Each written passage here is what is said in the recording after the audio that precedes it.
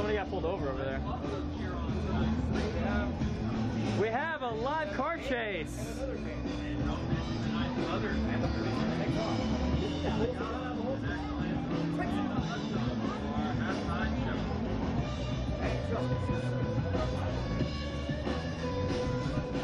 So when they give me the signal, I'm just gonna do like a quick hand swipe, and then from there starts. Okay. I hope he didn't start yet.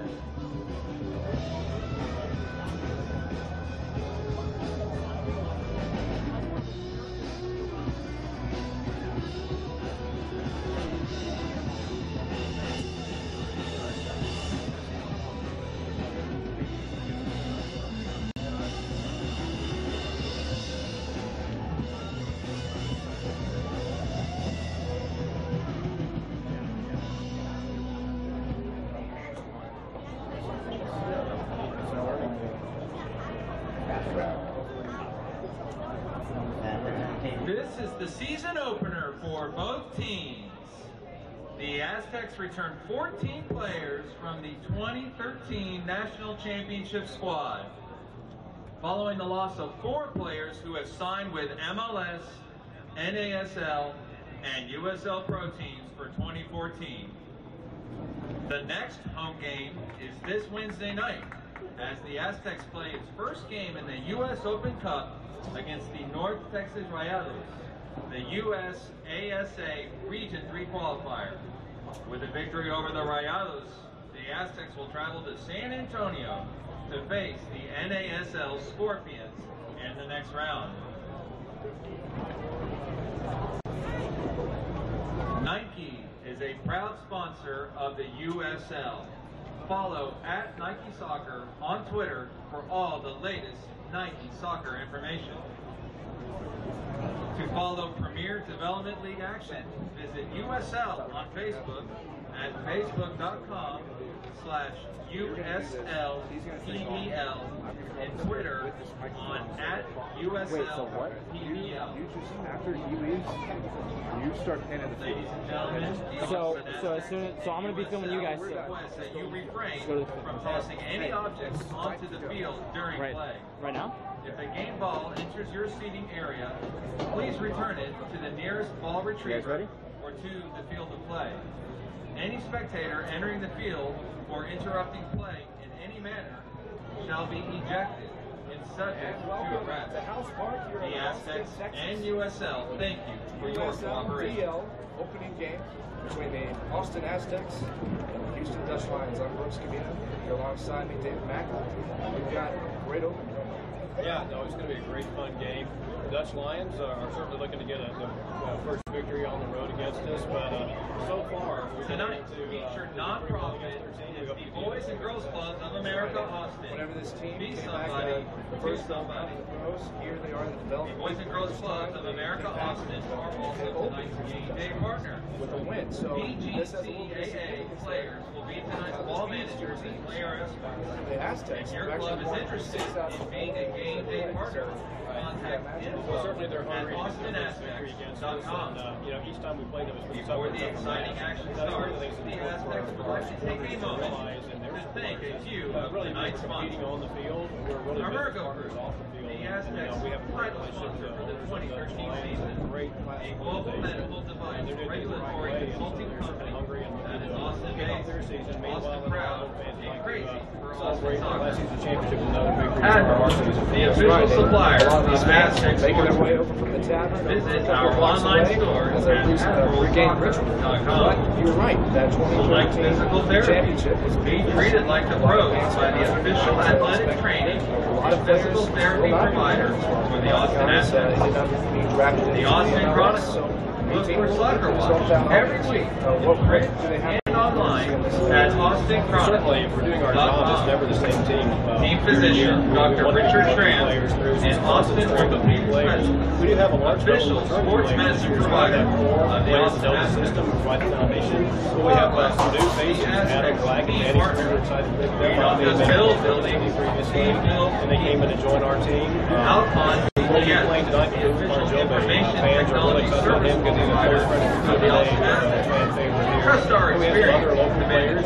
Visit Florida, St. Edwards, to begin their first local lesson. So it's a nice blend of returning players, very strong band of local players. We're playing soccer in Austin. The official furniture solution provider for the Austin Aztecs. Live, work, celebrate. Embody supports, dedication to deliver unparalleled customer service. I think one of the biggest Stubbs Legendary Barbecue, the Aztecs' preferred barbecue sauce. That was Eddie, too. And don't you forget, please visit tonight's vendor, Soccer City, your hometown. Media science. Your opinions are needed. Visit their sports center booth to sign up and enter to win a drawing for $100. The winner will be announced later during the game. Play with passion. Well, we're excited. And you guys are excited to tune in with us here tonight. We'll have the game in about 8 minutes. Of the Austin Aztecs. We'll see them here in the Integration Law Partner of the Austin Aztecs. Tropical Smoothie Cafe. Tryout sponsor of the Austin Aztecs. The Aztecs players and staff will gather at the caravan following the game. Please join us. Your car is parked in the parking lot. Be reminded it will close at 10:50 p.m. There will be plenty of parking available. Please enjoy treats provided by Evil Wiener and also a happy birthday going to Mike Upshaw and Nick Extraordinaire. We would like to recognize our groups in attendance. Using the mic. The Boys and Girls Clubs of America, Austin. Country Optimist, Under 20 Mustangs. Westlake Academy, UA Wisdom. Pflugerville FC Hammers, U10.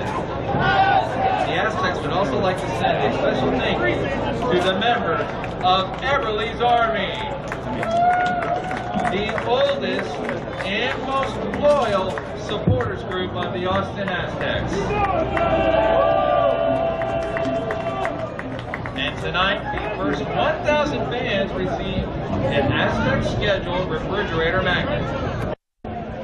Touchdown side, the Sucktones are playing. They'll also be playing at halftime in the pre-game music. Beat Bodega. But back to soccer here, as the Aztecs looking forward in this game. Originally started as the Austin Sacadillos back in 1987, which was originally an indoor SISL. And back-to-back runner-up seasons. They were swept by the Oklahoma City Warriors in '87 and lost 3-2 in '88 in a five-game series to the Lubbock Lasers. And then that team transitioned into the Lone Stars in the '90s and later collapsed. And it wasn't until the 2000s and 2008 where the first series of Austin Aztecs came about with USL Pro in 2008. Where David Markley was a minority owner of this team. You heard from him there. You'll join us later on in the broadcast. But after 3 seasons, the team moved to Orlando as Orlando City. And in the development league, a lot of teams start off in the development league, go on and do the USL Pro. But like a lot of the players on the teams, these organizations sometimes try and go to the MLS as their main goal, and Orlando City in 2015 will reach that goal. That is working out for them along the way, but a lot of the fans here in Austin hated to see that go. You see that in a lot of sports. The NBA playoffs going right now. I mean, the LA Clippers weren't always in LA. I mean, you only had to go into another city, the Lakers. There's not really any lakes out near there. They came back from Minnesota. So a lot of places change around in cities, but it's hard to see a team go on and win a championship, and that's what Orlando City did. And that was in 2012 when the second go-round of the Austin Aztecs came about. And they went 9-5-2 in their opening season. And as we mentioned early on, faced off the Houston Dutch Lions and defeated them 5-0 on May 5th, 2012, and went on to win it in the playoffs once against the Ocala Stampede, lost in the Southern Conference Final to that Orlando City team that used to be here in Austin, and that one was hard to take as Orlando City went on to win a championship. And speaking to Markley earlier on, it was just mixed feelings about a home team that was too far from home that ended up winning that one. But in 2013, that championship feeling would return to Austin as the Aztecs finished with the best record in the league at 11-2-1. Were Mid-South Division champions, PDL Southern Conference champions, and ended up beating Thunder Bay 3-1 in the championship. Coach of the Year Paul Douglas brought them through all of that, coached in 2012 and 2013. The league's MVP was also Christopher Tierpak, and they ended up playing in the U.S. Open Cup as well, losing to the USL Pro Wilmington Hammerheads, but finished off that season with that championship, leaving 5 players in the MLS draft, and they moved on as they have to replace those tonight. We talked about that a little bit in the pregame. But we're all about set here to go in Austin with about 3 minutes to go before the half. So we'd like to remind you that this game is powered by Verizon 4G LTE. And Nike is also a proud sponsor of the USL. Follow @Nike Soccer on Twitter for all the latest Nike Soccer information. And also to follow Premier Development League action, visit USL on Facebook and Facebook.com/USLPDL and Twitter on @USLPDL. And we also like to thank tonight's game day partner, the Boys and Girls Club of America Austin. BGCAA players will be tonight's ball managers and player escorts. If your club is interested in being a game day partner, contact info@austinaztecs.com. Amerigo Group, the Aztecs title sponsor for the 2013 season, is a global medical device regulatory consulting company that is Austin-based, Austin proud, and crazy for Austin soccer, and also are worn on the home navy and gold jerseys. And as the ceremony continues, those Boys and Girls Clubs of America Austin players are out on the field alongside the Houston Dutch Lions.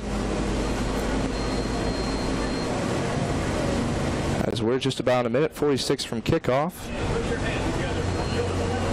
Soon we'll also be introduced to the national anthem by Kelly Galvin. But out come the Austin Aztecs alongside the Boys and Girls Club. Always a little special moment seeing these kids come along. And that's really the emphasis around this organization, is development sponsoring development. As these kids with their dreams move on in their lives, they'll also have something that they want to go towards, just like a lot of these players do.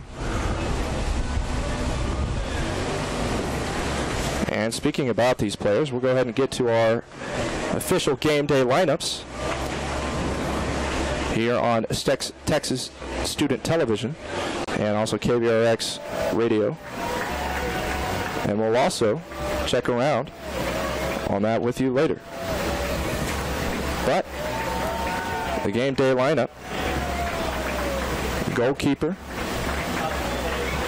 Cook Denon will be out there tonight facing off against Arias Emmanuel.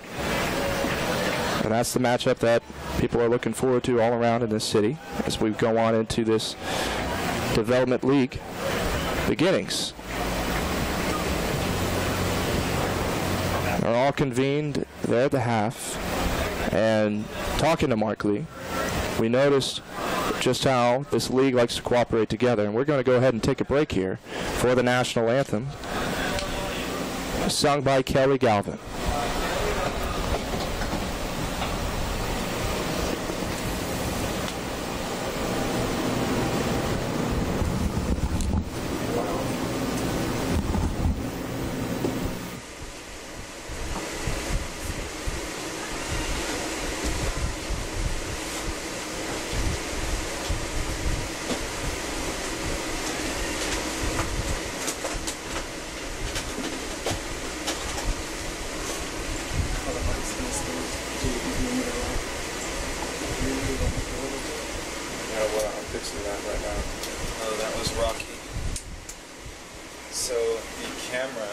sound input for it. I have since fixed the problem, but when you guys were doing your pregame show, it was recording the sound off a microphone in the front of the camera, not the thing from the soundboard here. Okay. So it was very mute. It wasn't heard very well, but I have since fixed it. Okay. So we need to keep that in mind as well for next time we do this properly. Okay. All right. What did you say? But we're going now. We're good. Okay. 6.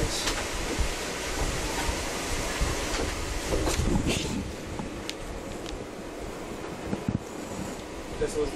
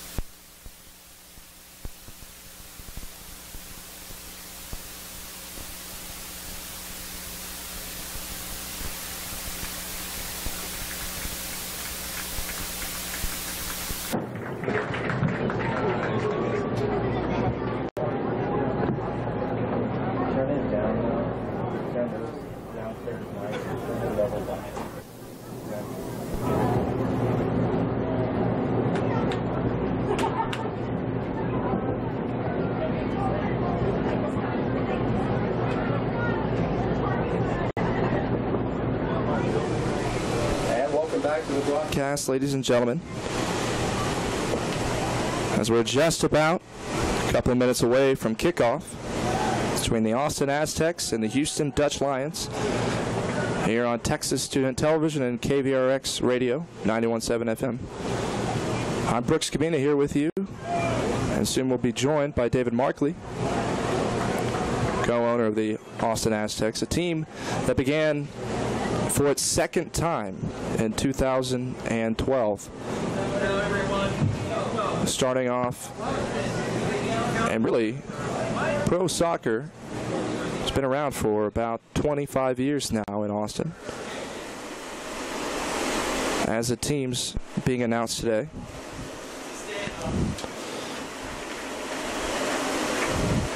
But the Austin Aztecs are giving the first kick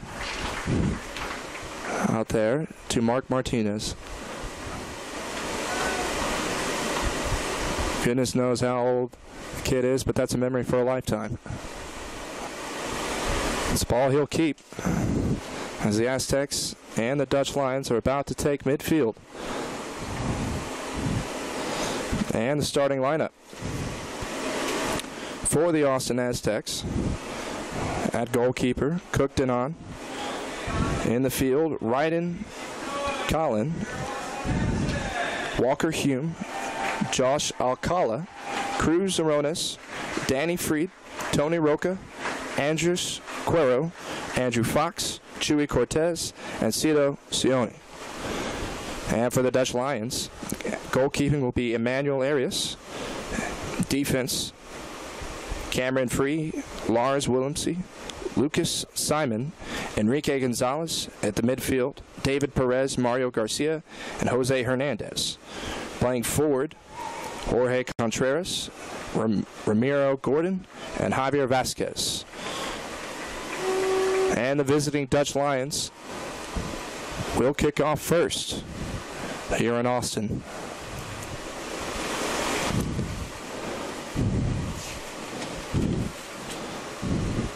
Out there are Mario Gordon looking up to the sky and praying for the best here as they look to defeat the Austin Aztecs for the first time in franchise history. And the back kick goes to Perez out in the top right corner. Lets it fly over the middle cross midfield back to Gordon. And this one's going to go out of bounds. Aztecs will get their first possession. Running a 4-4-2-1 offensive scheme. Trying to create distance here on the right side. That's Walker Hume, Austin native. Kicks it over to Danny Freed. Patience here for the Aztecs on their side. Just about a minute here into the opening game of the season. Trying to get across midfield.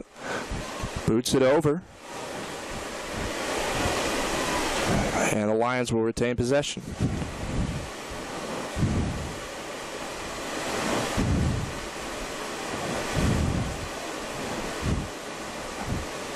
Now, although House Park fits into a football viewing, don't let the sidelines confuse you. The distance is out there as this one goes out, and here's an opportunity, but it's picked up.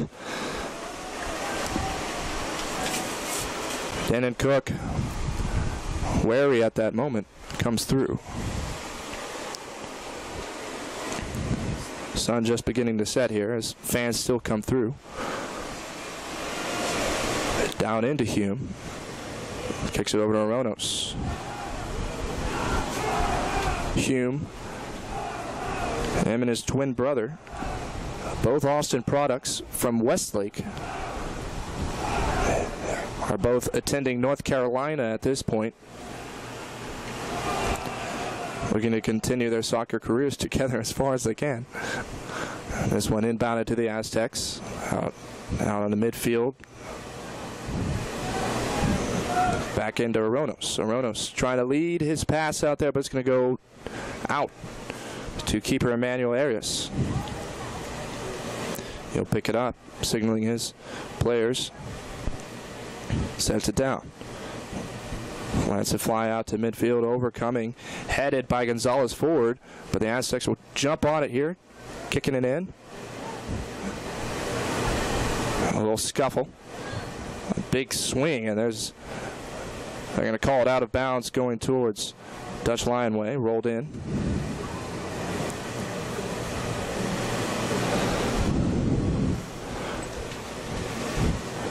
No huge opportunities for either team so far. This one's looped all the way downfield. Headed back into the Dutch Lions. Trying to get back across midfield.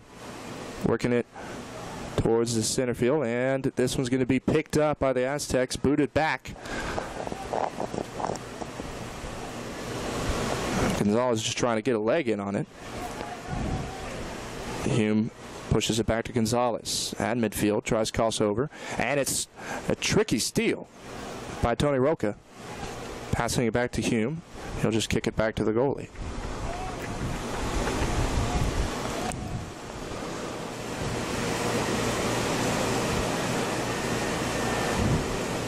Aztecs in motion now. Across midfield. Led over the Dutch Lion defense, and he kicks it back over the midfield. We're at the 4-minute mark here. No score between the Aztecs and the Dutch Lions here in House Park. It's Cruz Aronos. I'll call a out there and brought into Cito Sione. So trying to cross over, get something going out here. Kicks it in to Coronos into the corner, and they're going to call it Dutch Line way.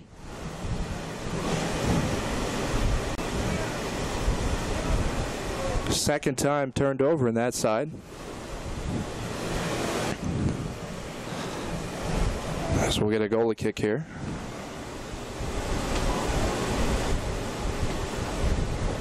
That's a fly across the middle. Handed by Vasquez. And they'll just kick it back in to Cook. And roll it back to the Aztecs.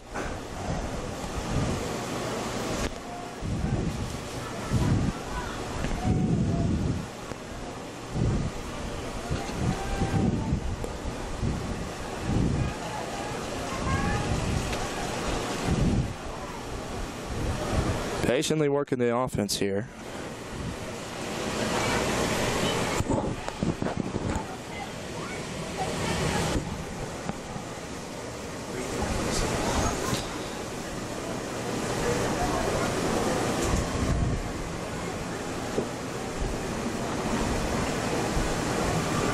And a nice slide there, trying to get the ball moving, but Aztecs retain on the defensive side. Led out into Moronos. Oh, barely maintains it there. They're going to call a foul on Moronos. He can't believe it. That's the first one of the season. Heavily disputed.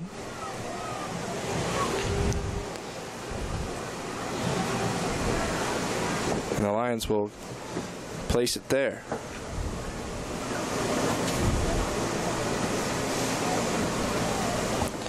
And out across midfield into the left corner. And Hume will keep that in possession, just bopping it back out.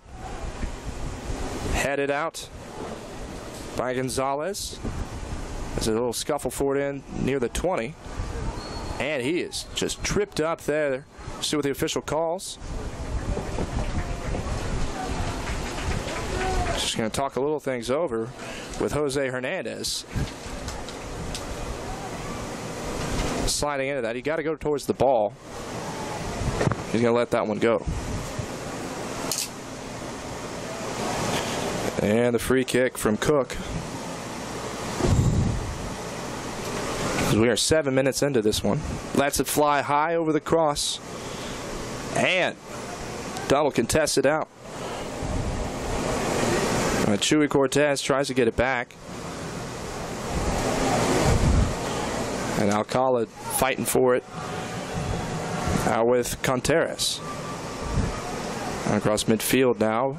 Bloops it over, out to Vasquez. Tries to kick it back, but the Aztecs retain possession, get it out. The little pass moves going back and forth to Willemse at midfield. Nice little crossover by Perez. And they're trying to get some offensive room. Excellent defense on both sides.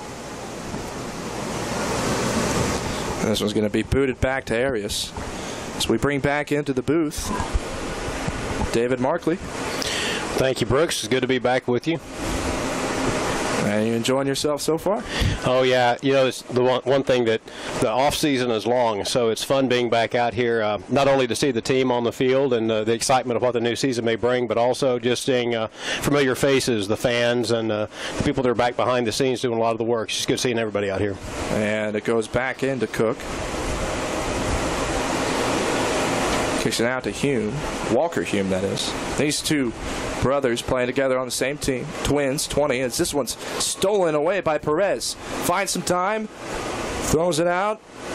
Gordon in the corner now. Nice little crossover. Gets out of the side. Pass in, and they're going to call a foul. That was one of those dangerous plays where the ball is just bouncing around inside the box.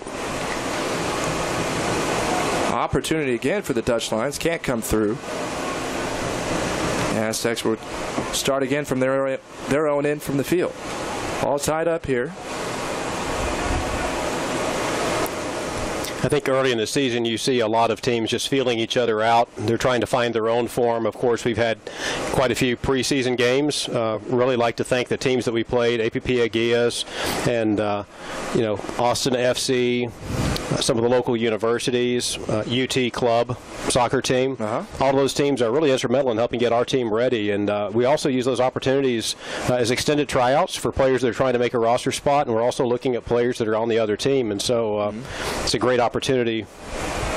And this one pooched right over. Great. And there we go. A goal for the Aztecs. Chewy Cortez. As Cruz Arones blooped that over to Chewy Cortez for an outstanding pass and goal. That's how you start a season off, folks.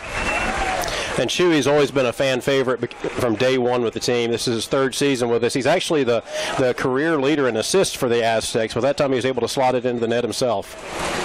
Just a beautiful pooch from Cortez. And Emmanuel Arias, the goalkeeper for the Dutch Lions, just could not get a hand on it. 1-0 for the Aztecs. That'll get your fans started. This one looped all the way out to Gordon, tries to hold on to it, and this one's going to go out of bounds off the Aztecs. They'll get a throw in. Inbounded, taken away by the Aztecs. Trying to hold on to possession here are the Dutch Lions. Gets it back to midfield, out to the defender Simone. Loops it over, trying to find some space. Can't find it. All the space is back near midfield. It's exactly how your defense wants to play. But you've seen the development from Chuy Cortez coming through here, and seeing him score the first goal of the season. Just where have you seen the development from Cortez be? You know, Chuy has always had a great work ethic, and really what I think as he's grown, there is another opportunity down the right-hand side. Opportunity down for Fox. Andrew Fox in the corner. Trying to get a move out. Kicks it out across the middle and just can't get it. Yeah, I know Chuy would like to have that one back. Cortez standing right in front of the goal. Couldn't get a foot on it. Well defended.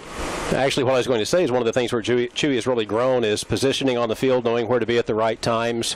And I think last season, even though he had a great first year with us, last season he had some key assists off of set plays where he was really able to put the ball in a dangerous spot in the box that we were able to convert off of free kicks. And the Lions trying to find some room here. There's a tie-up here at about midfield. They're all scuffling for it. Here's where you wish you could use some hands, but trying to kick it out. It's going to go out of bounds. They're going to call it Aztecs' way. Andres Cuero there in the middle of the action. And a pooch kick from Andrew Fox. Out to Cito Sion. This little crossover, tries to get it over, and the pass just a little wide to Chuy Cortez. Really trying to find Cortez early in this game. So he's scored the first goal of the season. In the corner now is Fox, and double teamed, and he's going to be tripped up on the ball. And the Lions will get a turnover. Kicked out towards midfield. Retain Aztecs football. Right after Fox got tripped up, I like seeing him get back on his feet and get back in the play because the defense starts on the offensive end of the field. So it's great effort by him getting back into the play. And welcoming back Cito Sione this season. They had a nice tryout with the Dynamo through the preseason. We're very fortunate to have Cito back. Well, a lot of people quite surprised, honestly, from that fact. He had a pretty good preseason with the Dynamo. Yes, he really did, and certainly I think he was one of the last players that didn't make the roster, and so we're fortunate that players like Cito, even though we're definitely still wanting to help develop him and put him forward, as they're awaiting that next opportunity, we're thrilled when they come back and choose to continue their career with the Aztecs. And this one out in the top right corner. Tony Rocco with it now. One of the players signed out, and it's out, and goal! Speaking of Cito, there he is. Welcome back to Austin as he scores on the town that he just toured with. And a beautiful putback from the left foot puts Austin up 2-0 in only 15 minutes in the beginning of this game. Starting it off nicely for the hometown crowd. Opening for the first time in this franchise's history at home. And they've given him 2 goals in under 15 minutes.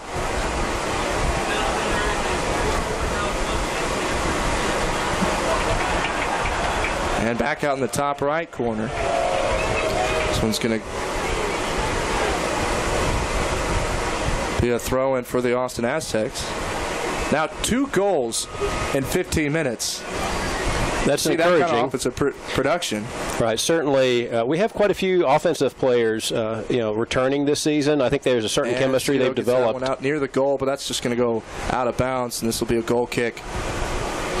But Tony, Andres, Chuy, and Cito, having played together, they have that certain chemistry already. So it's likely we'll see quite a few goals this season from those guys pairing up with each other. But then also, coming in off the bench tonight, we'll have Adam Black, who is one of the leading scorers with Oklahoma City in past seasons. So we're excited to pick up some talented players. And the Lions just trying to find some offensive production. Spent most of their time in this half on their end of the field. And that's the way the Aztecs like to play it. Manuel Buentello trying to maintain that mentality and philosophy. Play it speed, get it down in on the other side, trying to get yourself up early. That's working to perfection tonight. And Manuel sees his team going up 2-0 as Sion tries to get over to it, but that's just going to be booted away by Arias as far as he can hit it. Inbounded from Aronis.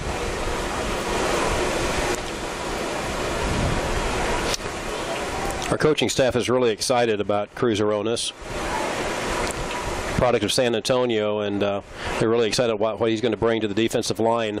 You'd mentioned earlier some of the players that we had that moved up to other professional ranks, and we had a little bit of attrition on the defensive line, and so really excited to have some players like Cruz and Kalen Ryden stepping in to help fill in. Right. Some people may be wondering about Travis Golden, why he's not in the lineup tonight, and Travis had a minor injury earlier in the week, but want to give him plenty of chance to heal, and the coaching staff is hopeful he'll be able to return for the Open Cup game this Wednesday. Right. Also, Alessio Sorio ruled out after a mouth injury. Right. Unfortunately, Alessi received a foot to the face in one of our preseason games, and I think it's an opportunity for us to mention the great partnerships we have with some of our medical partners, Select Physical Therapy and Demetrius Collins, our trainer. They really work well to make sure our players receive the best medical care and try to keep the players in top form. And our team dentist, we actually have a dental partner, and Jeff Brunson was actually at the preseason game. Opportunity here for the Dutch Lions, and Cook comes over and dives for it. One of the only opportunities in this half that the Lions have had an opportunity to score, as Contreras tried to get out there to get a foot on it, and here they're attacking again. Back to Hernandez, over in the middle, and it's picked up defensively, and he's pushed over. They're going to call foul. I use this opportunity to finish the earlier comment that our dental partner actually was at the preseason game, was able to give Alessi immediate attention, and that's going to have a strong impact on the ability for Alessi to save the teeth that were literally knocked out. So really, really thankful for our medical partners, because when players come here to play, we want them to know they're going to get the best care possible. And another opportunity for Cito, just can't hold on to it, and slides over, tries to keep this one alive. He does. And he's tripped up, trying to get it to Roca. Roca back out to Cortez on the top left side. Good defense from the Lions. This one skied over across half field. And tied up together are Gordon and Ryden. And they're going to call a little shove on the Lions. And the Aztecs will retain possession. You talk about this coaching staff. With Buentello starting his first season after taking over from Paul Dalglish, who is now in Real Salt Lake. That's correct. After 2 seasons here at the Aztecs, first taking them to the playoffs, and the second year getting into a championship run. As this one's booted out over to Sion. He's got a chance at a goal. Too high. Offside. They're going to call offsides. Yep. It was almost a football goal, at least. Yep. Get a chance out here. But going back to Dalglish, starting this franchise off about as best as you could. Playoff in your first season, championship in your second. I mean, with that kind of production, it's kind of hard not to see that coach go on to the next level. And he'll be an assistant coach with an undefeated MLS team so far. Right.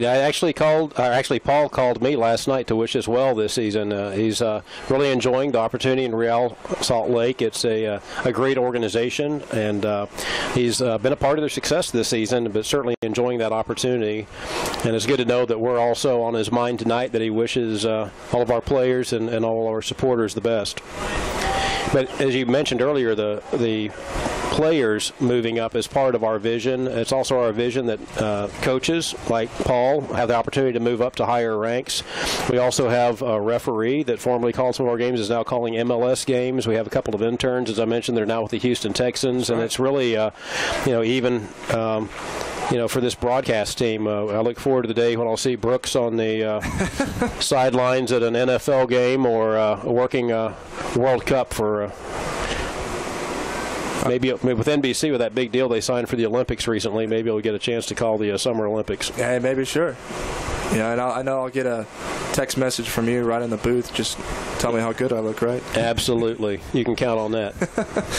Well, the Aztecs, with possession of the football here, up 2-0 with 21 minutes into the first half. Here on Texas Student Television and KVRX Radio. And the Dutch Lions at midfield. Finding some room is Cameron Free. Free out in the top right corner, moving right to left. Boots it in, and it's going to be picked up by Cook. As Cook picks it up. I believe that was more of a pass attempt from Free, trying to get somewhere across the middle. And give Vasquez an opportunity to get a foot on it. You notice Devin playing it with his feet there. That was one of the things that our coaching staff has always liked about Devin.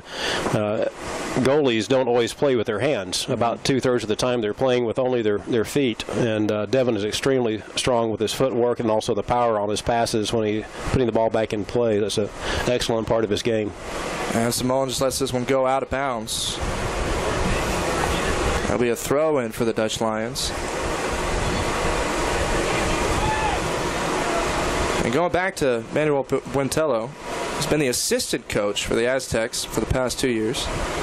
Born in Matamoros, Mexico, former USSF Academy director and staff coach at Classics Elite. And this one, a scuffle out there. A lot of questions from both teams, but it will retain Houston's ball on their side of the field. But he's been 20 years here in Austin, looking at all the development here in the town. And it almost seems like that would be a no-question, no-brainer to keep him on staff and have him be the head man. Well, certainly Manuel has a wealth of experience in Austin and San Antonio area, so he knows a lot of the local players. Also has good connections in Mexico to be able to look at any players that might have an interest from there. But really it was consistency of the coaching staff. When you see success on the field, as much as Paul had to do with that success and some of the players who have gone on to other opportunities, we have a core of returning players, and we felt like consistency was one of the key things, and we knew that Manuel was a great coach. We had respect for him as an individual, and wanted to give him the opportunity, and Manuel has stepped in, and so far all indications are he's doing a great job. And this one lofted all the way from midfield down into Cook. He'll pick it up. And this Dutch Lion team struggling to find some offensive opportunities near the goalpost. Had one earlier as Free was in the top left corner trying to get it over across the middle. Just defensively, the Aztecs have been pretty sound to start this half. Much credit to these returning players, but also defenseman Walker Hume. Just nice seeing him play the way he is so far. Certainly Walker and Tucker both use their height to advantages. Let out to Cito, and this could be picked up by Arias on the right end. So you don't find a lot of goal opportunities here. We talk about the disparity on the offensive side for the Dutch Lions. No such thing for Austin here tonight. So this one's booted out by Arias towards midfield. The Dutch Lions are a dangerous team, though. They have a well-coached squad, a lot of talent. There are a lot of talented individuals in the Houston area, and also the Dutch Lions typically include some players from the Netherlands on their squad as well that have high-level experience. So they're always a dangerous team. You can't count them out at any time. And the Dutch Lions based out of the Woodlands in Houston. This one handed out to Luis Simon. Crosses half midfield. Kicks it over to Perez. Trying to find some room. Nice pass. Kicks it out in front, and it'll be towards Cook, but I believe he was in an offside side anyway. Let it go. But you've seen this Aztecs team enough to know its weaknesses in some sides. At the offensive side for the Dutch Lions, how exactly do you open up those opportunities on the offensive end? Well, certainly, I think the key is spacing. You want to be able to space the field out as best you can. House Park is a great home field for us. We have a distinct home field advantage here. The players had a lot of confidence here, but it is also a little bit of a narrow field. And so we have to work to keep those passing lanes open.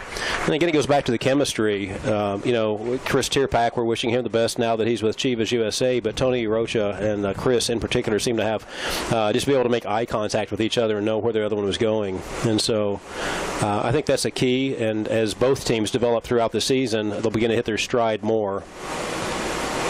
And Cito Sion tied up at about 30 yards from the goal post. He'll get a free kick here. Actually, this is Chewy, actually. Cortez lofts it in. It'll be picked up by Arias.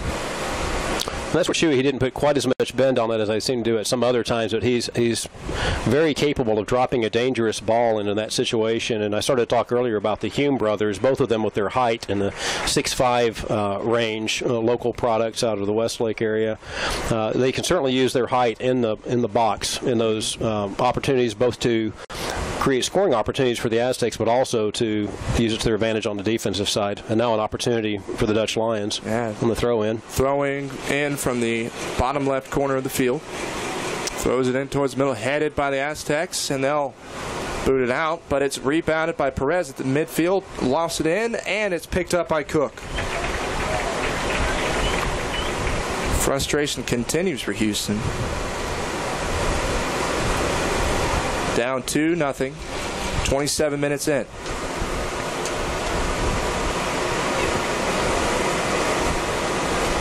And Perez kicks it out at midfield.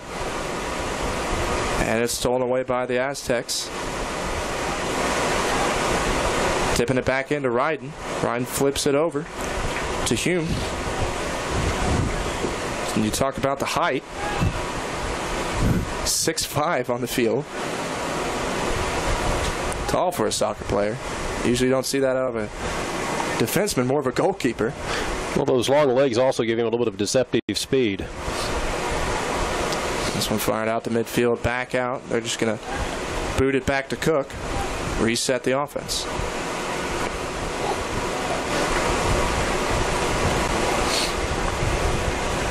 Danny Frid coming back and collecting it is really going to add a nice, strong presence. We enjoyed having Zach Garcia in that position last season, and Danny coming in from Oklahoma City to help fill that hole.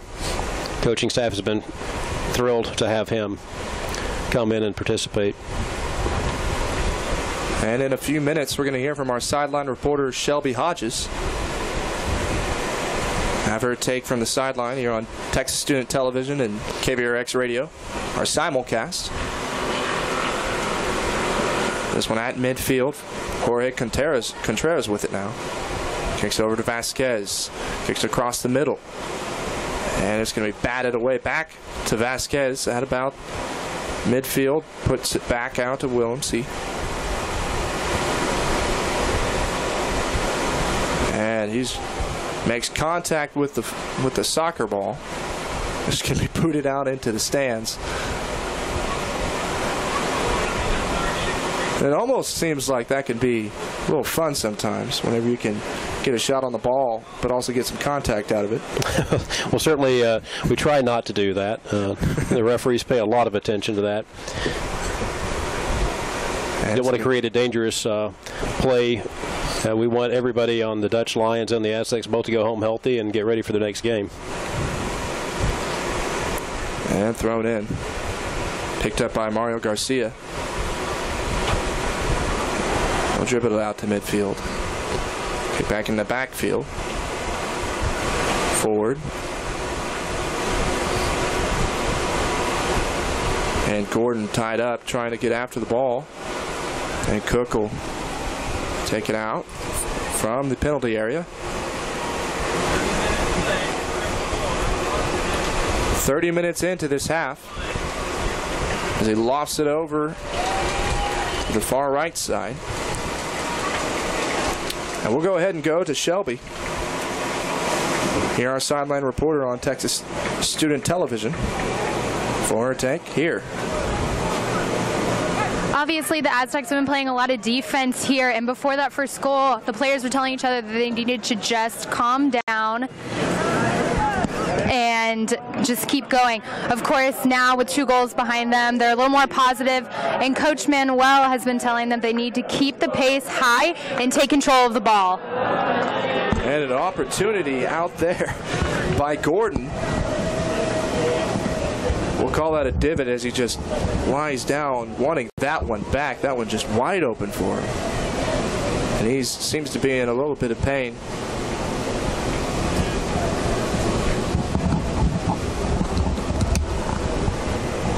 As they call out for the trainer, we'll go back to Shelby. Demetrius Collins now going out to check on the player. Demetrius from Select Physical Therapy has been a member of the team for the last 3 years and will see to the Lions player. Not someone that they'd like to miss. A pretty open spot.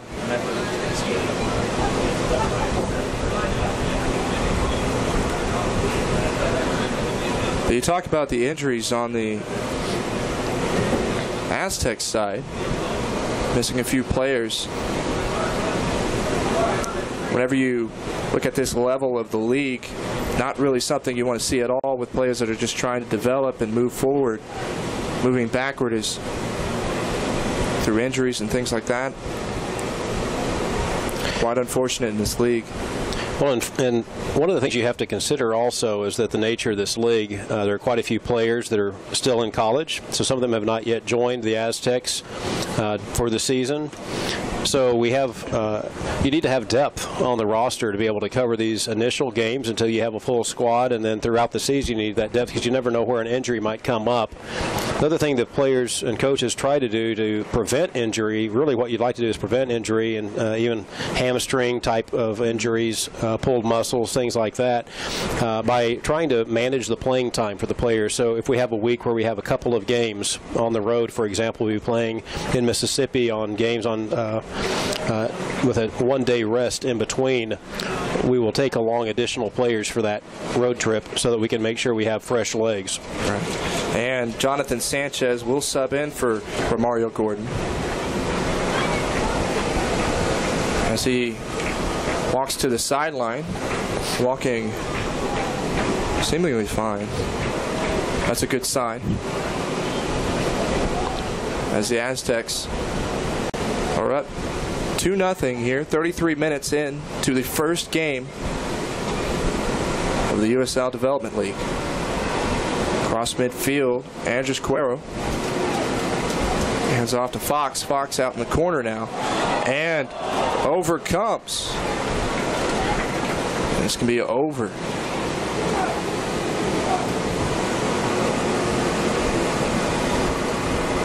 As Cruz Aronos had an opportunity there, but great defense by the Dutch Lions. As Emmanuel Arias will kick from the far right side. There's that height coming in handy. The height from Walker Hume as he headed it out from about the 30-yard line.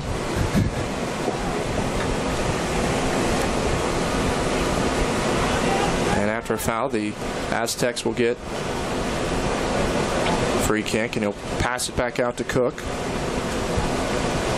Yeah, height was one part of my game I never developed. I guess I never had the right coaching. Well, not really something you could develop here at this level at all. But you know, if there's any way, please sign me up. I want to play some basketball. But hey, you got the height. You can see through these windows. That's nice. That's right. And this one booted out from Cook.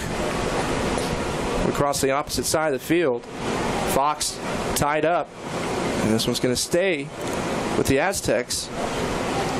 As Cuero will throw this one in. No, he hands it off. The duties to Aronos. Goes into the bottom right corner. And Sione trying to get it. Lions kick it out. Picked up by Freed. Freed at the top. Passes over to Fox. Tries to get free to Sione, and he can't keep possession as the Lions kick it out. Sione raised his hands in a little bit of confusion. Yeah, a little bit of jostling going on, but the one thing that I'm pleased to see is that the players are generally playing clean. I think there's a lot of mutual respect between these two teams, and I'm not seeing any cheap plays, any contact that's unnecessary, other than just good hustle trying to win the ball. And they call foul on the Dutch Lions. Go back to the Aztecs. 35 minutes, just about 36 here in the first half. Aztecs lead it 2-0. Hume passing it back out across midfield. Oh, and he gets plowed. Tony Roca just gets leveled by Simone. And this one, a free opportunity out for Cuero. And he finds it. Goal! I think you saw the experience of a veteran player taking his time to settle that one and not rushing the opportunity. Andres Cuero with the third goal in 36 minutes. As the pass comes out on the way, and he just blows his kisses out to the fans as he comes out. 3 different players with 3 goals on the Aztecs. And offensive production looking pretty safe and sound for Manuel Buentello's team.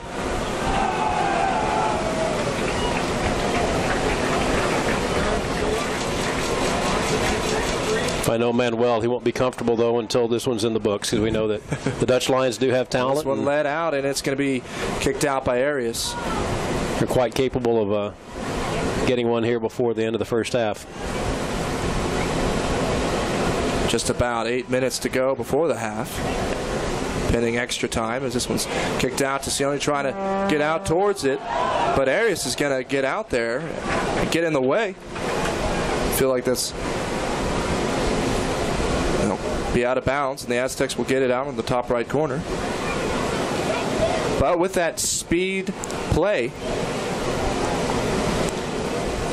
you hope to score goals quickly. You certainly have to take advantage of the opportunities.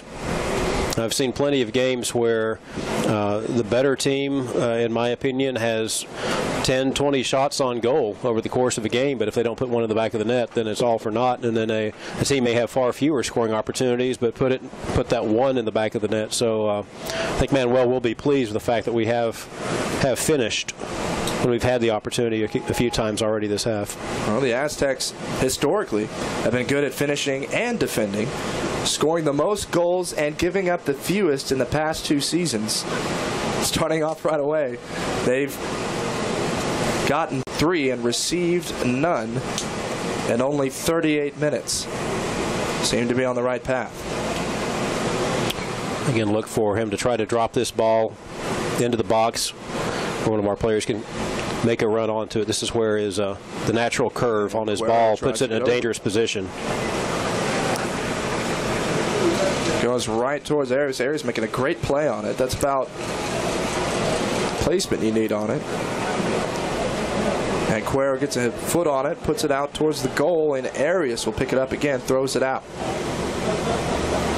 And he's tripped up. Maintains Aztecs possession. Kicks back into the backfield. To Ryden. He'll kick it back into Cook. Again, the confidence of the defensive line to be able to pass the ball back to Devin, knowing that he's very sure-footed. And almost another opportunity for Sione.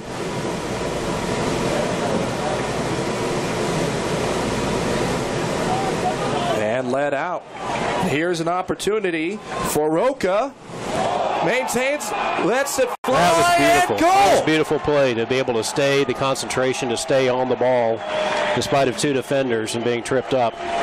A beautiful play by Tony Roca.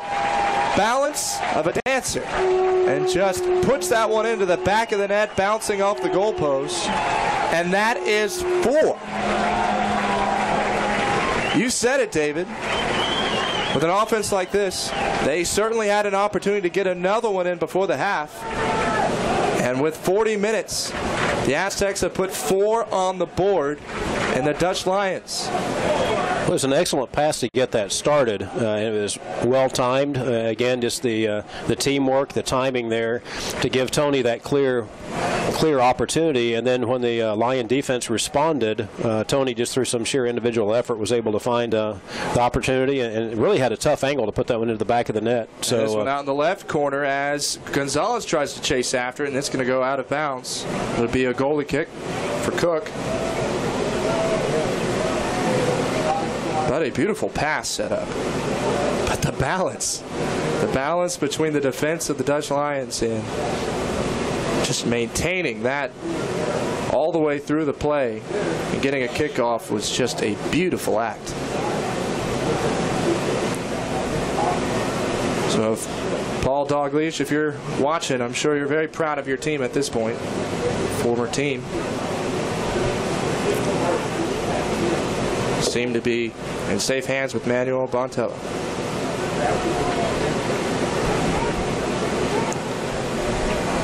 "41 minutes in to the first half."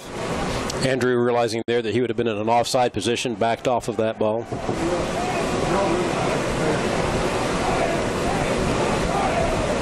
And kicked off the Aztecs. It's going to remain Lion ball. Thrown in. And it's picked up by Sion. Kicks it back into Danny Freed. Freed with it. Tries to lead it out. The referee letting it go because of the Aztecs' advantage there. It's good to see fans that were able to drive over from Houston. A beautiful day and a nice drive over from Houston. I want to shout out to Dennis and Robert Kruse, some of the front office management for the Dutch Lions, and Marco Praus. Those gentlemen are a pleasure to work with, and really pleased to have them as fellow competitors in our league. And a souvenir for the fans, but they'll throw it back. And this team traveling about 3 hours away from Houston, my hometown, to start the Summer League. This one's thrown out, kicked out of bounds by Hernandez as they try to get a quick goal in before the half, trying to turn the tide a bit. Get some confidence going into halftime. Taking it at midfield, back into the right side of the field for the Dutch Lions, and it seems Gonzalez calling for it on his end. On the bottom side, it's just led out. And it's going to be out of bounds on the right side. This will just be a goalie kick for Cook. As Jonathan Sanchez was trying to get some room out to start something. They maintain possession. They call a foul there. Inbounded by Aronos. He'll hand it down into Hume. Hume kicks it back to Cook. Chased around. Vasquez trying to get on the ball quickly here. 44 minutes. Minute before the half, pending extra time. And the referee signaled that there would be 1 minute added time before halftime. This is at midfield. Booted back to Free. It's been a fairly clean game so far, and really only the one injury that we had to go out and check on the players, so not a lot of stoppage time added for the half. Well, if you can get 4 goals in 1 minute at a time, you feel that production was at a prime. It's another opportunity, but it looks like the goalie will be able to clear that one. And Sione comes in on the right side. Opportunity here for Fox. Fox tries to kick it over. Picked up over, lobbed over to the goal, and over. That's a very difficult ball for the goalie to defend. That one that's arching over their heads, and just missed, just a little high and wide. That's where height comes through if you're a goalie, but just a chip shot about a couple inches over the goalpost. And Arias will boot it across half field. And tit back in for an opportunity. Kicked into Fox on the right side. See if he can do anything. Lobs it over the middle. And through the hands of Arias, but he'll pick it up again. Throws it back into play.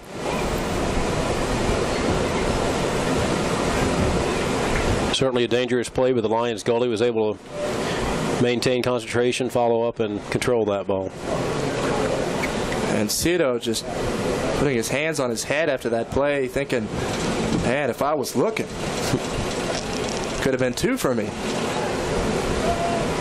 And this one lobbed out over to Aronos. It's offside, a bit too far. Offsides. And that is the first half. Here in House Park, a beautiful start. The Aztecs, who lead this one 4-0. Their 3rd year in the developmental league. After 2 years of starting off once in the playoffs, 2nd with the championship, and here with 4 goals to go. And we're going to go right out to Shelby Hodges with the sideline report and a talk over with the head coach. Okay, Coach, so obviously you guys had a really good first half. What are you going to tell your team in the locker room to make sure they keep up this momentum? To keep on going. We never settle. We want to be the league's team that scores the most goals and also the one that gives the least amount of goals. So, yes, that's what we're going to do, is just keep on going, trying to give the crowd a little bit more thrills. Yes, and obviously this is your first team, or this is the first time your team is going to get to open their season at home. So how nice is it to have this huge crowd show up for that first game? No, it's fantastic. Very, very pleased with the turnout. And, our fans are fantastic, and we love them. Perfect. And then obviously your first game as head coach for this season. How excited are you for the rest of the season? We've been here for 2 years already as an assistant coach, so everything is very, similar to what happened before, and excited to be a part of this. Well, perfect. Thank you, and good luck in the second half. Thank you.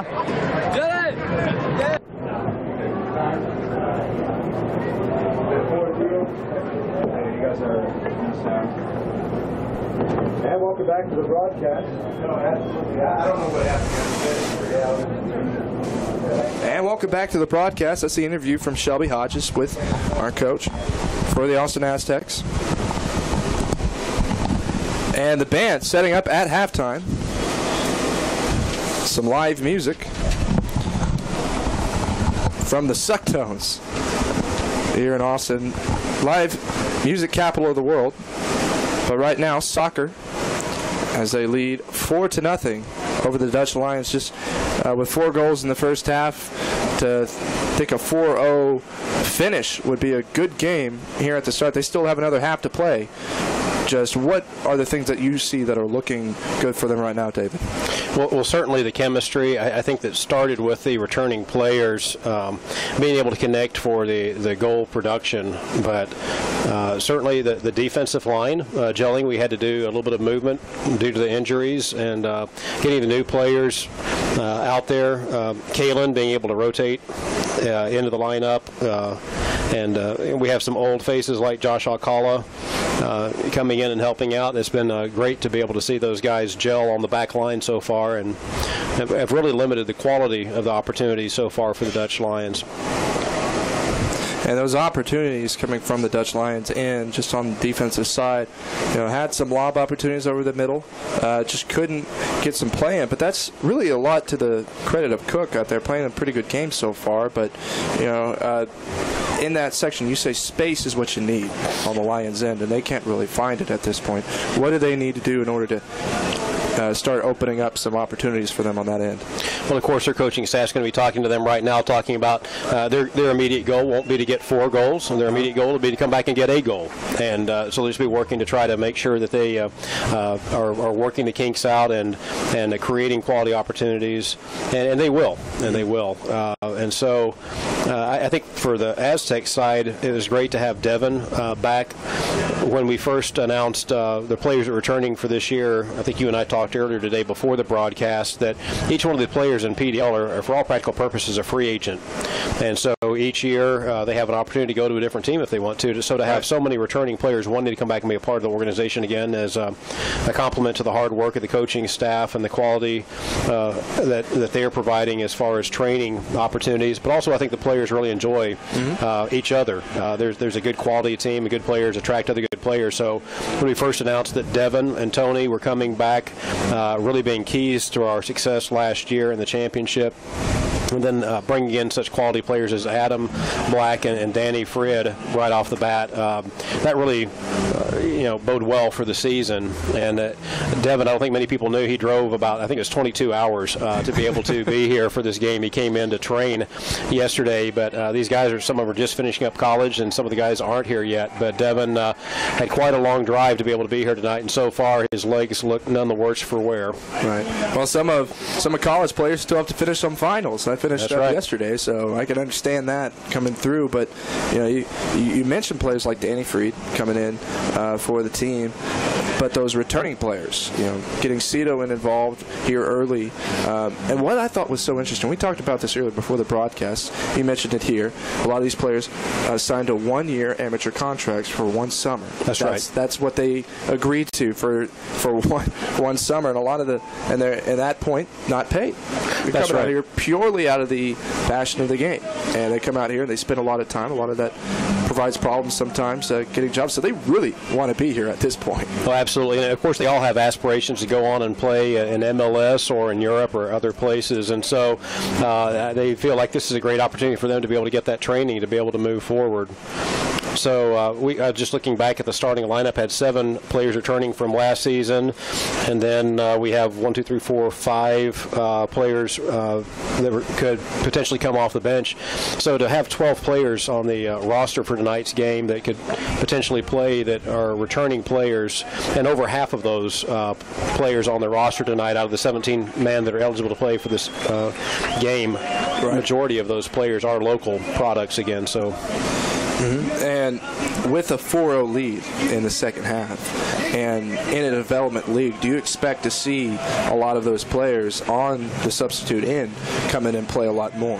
It's very possible because we have a game Wednesday night for Open Cup, and so Manuel may take that opportunity to try to give a little bit of space for the guys as far as number of minutes they have in the game today versus Wednesday.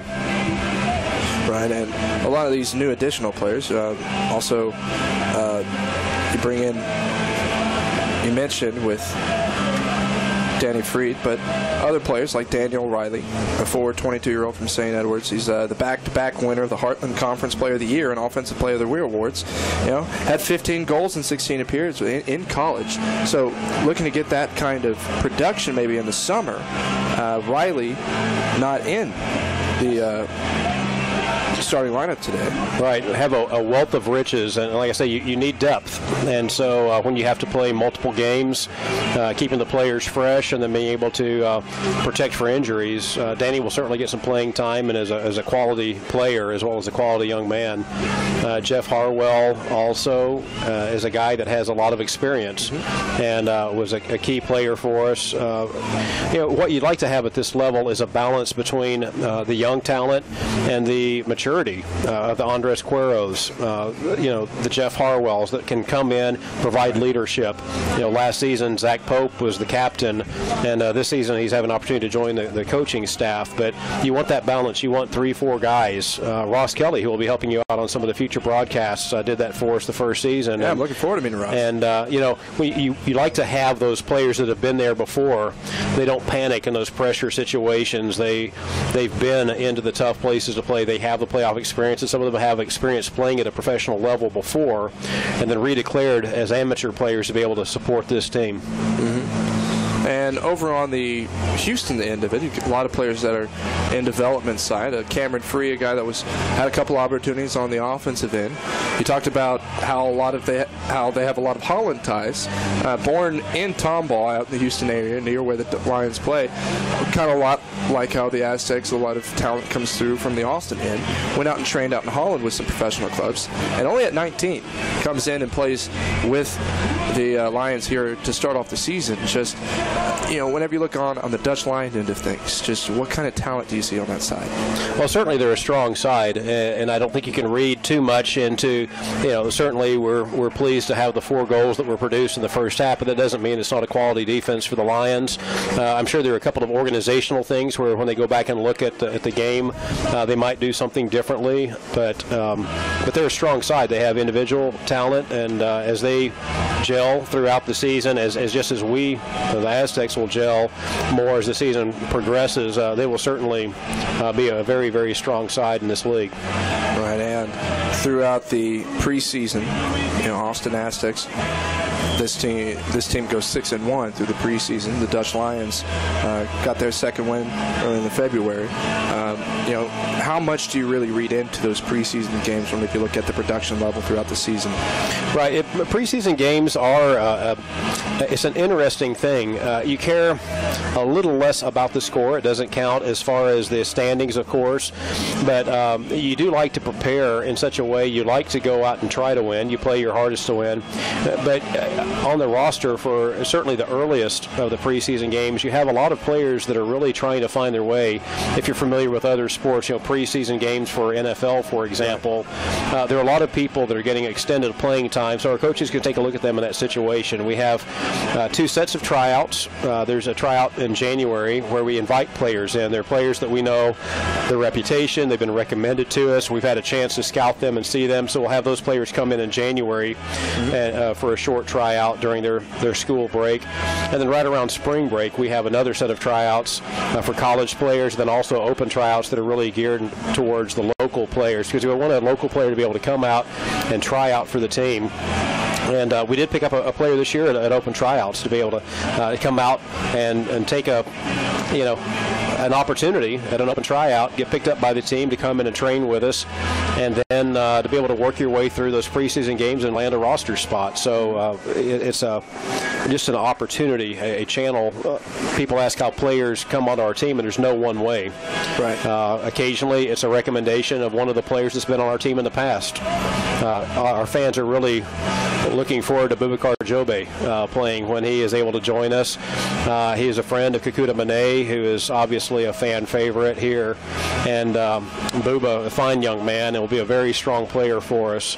And so it's a nice thing when players think highly enough of the organization they're willing to recommend it to their friends to come in. Gotcha. So it's quite a few different paths. But those preseason games, getting back to your original question, are instrumental in trying out.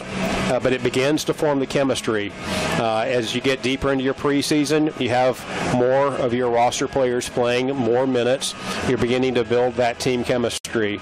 And then certainly we're watching the other teams. We've had games against Austin FC, a local team, and APP Aguillas, and our coaches come away from each one of those games going, I really like number so-and-so. And they'll go over and talk to the coach about, hey, can we have this player come in and train? And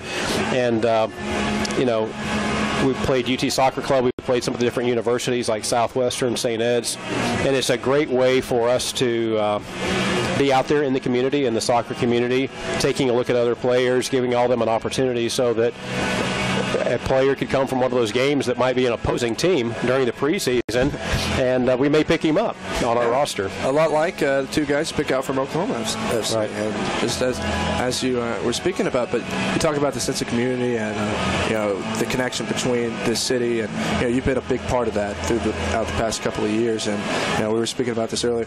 Sometimes even people crashing in with you, living in your own house, and trying to get a peace of mind. Sometimes, how is that relationship there? Sometimes players come in this way, and you've got opportunities sometimes when they turn into your roommates. Right, you're right. Yeah, so that was particularly true a few years ago when we were first starting out. As players come in for trials or different things or between seasons, sometimes they just need a place to land.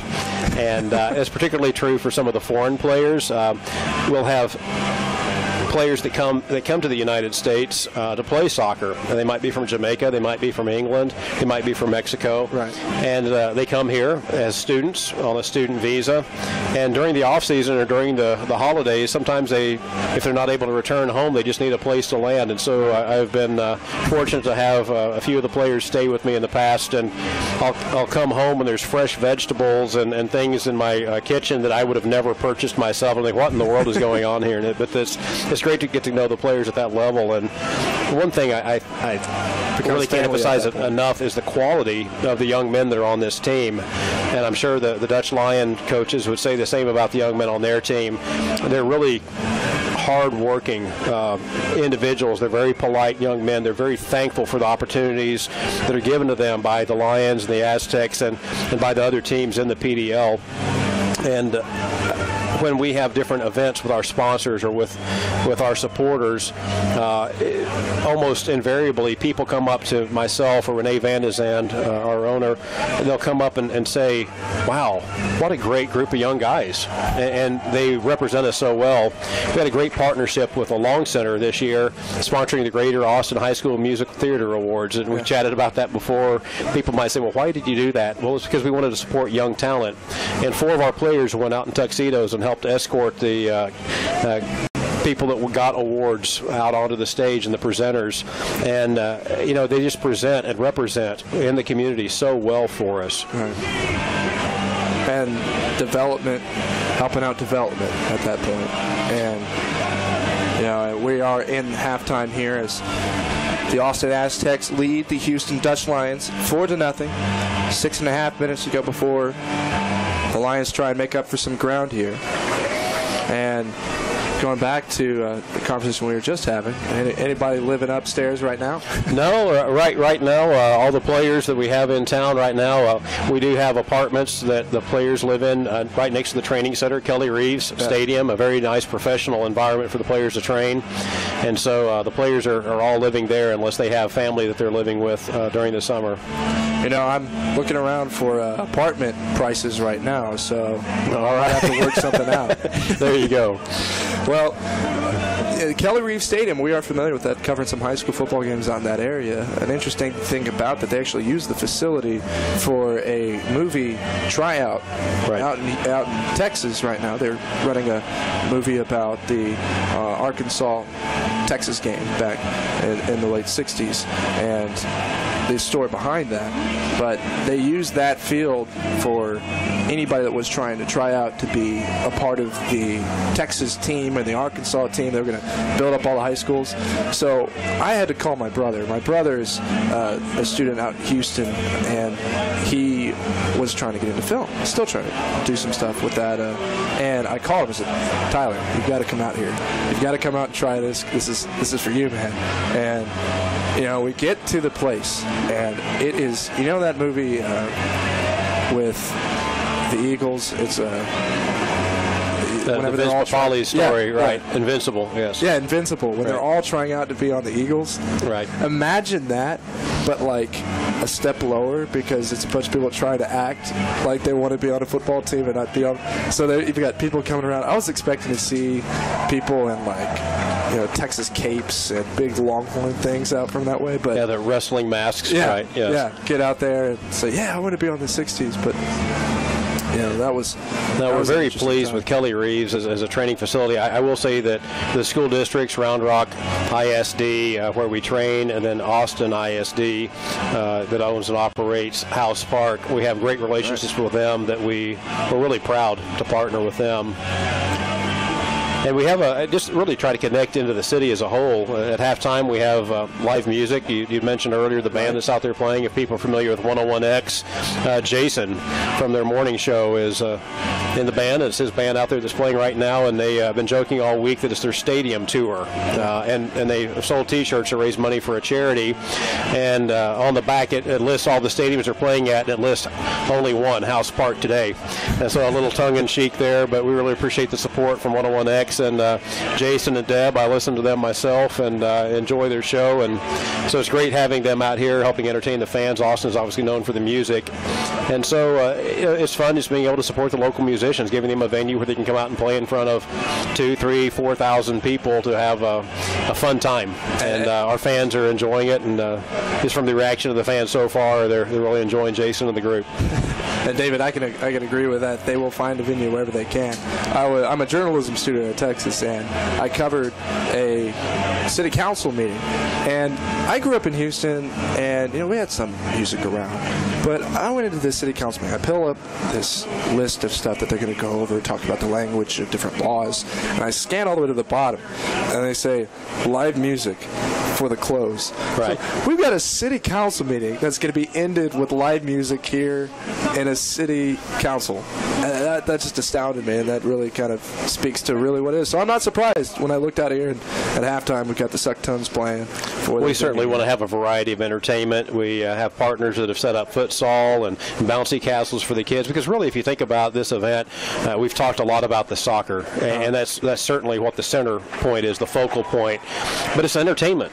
We have pregame music, we have halftime music. Sometimes we'll have bands stick around to play afterwards just for fun, because they would just want to play, and they're enjoying it themselves. But it's family entertainment. Kids 10 and under get in free. I'm beginning to sound like an advertisement, and that's not the intent. But it's really, if you think about the variety of things that we want to do at these games, the game is the focal point. But it's everything from the food trailers, the local vendors that come out and help set up, Spectrum Food that helps run the concessions here. And it's just we try to gear it towards affordable family entertainment, and it looks like so far we've got a great crowd out tonight, and everybody's having a good time. And certainly satisfied hometown fans, whose home team leads this one 4-0 as we're about 2 minutes away from the start of the second half. But before the second half starts, the Aztecs and Texas Truant Television would again like to take a moment here to thank some of our sponsors. The Amerigo Group, the Aztecs title sponsor for the 2013 season, a global medical device regulatory consulting company that is Austin-based, Austin proud, and crazy for Austin soccer. And the Aztecs will host a second-round U.S. Open Cup game here at Austin Park this Wednesday night, May 14th, versus the North Texas Rayados. Kickoff is 7:30 p.m. It'll be the second year in a row that we faced the Rayados in the U.S. Open Cup, and the U.S. Open Cup is a great competition. It includes amateur teams all the way up to MLS teams. And so in the first round, you tend to have the amateur teams, the USASA champs like the North Texas Rayados. We will be playing them on Wednesday night.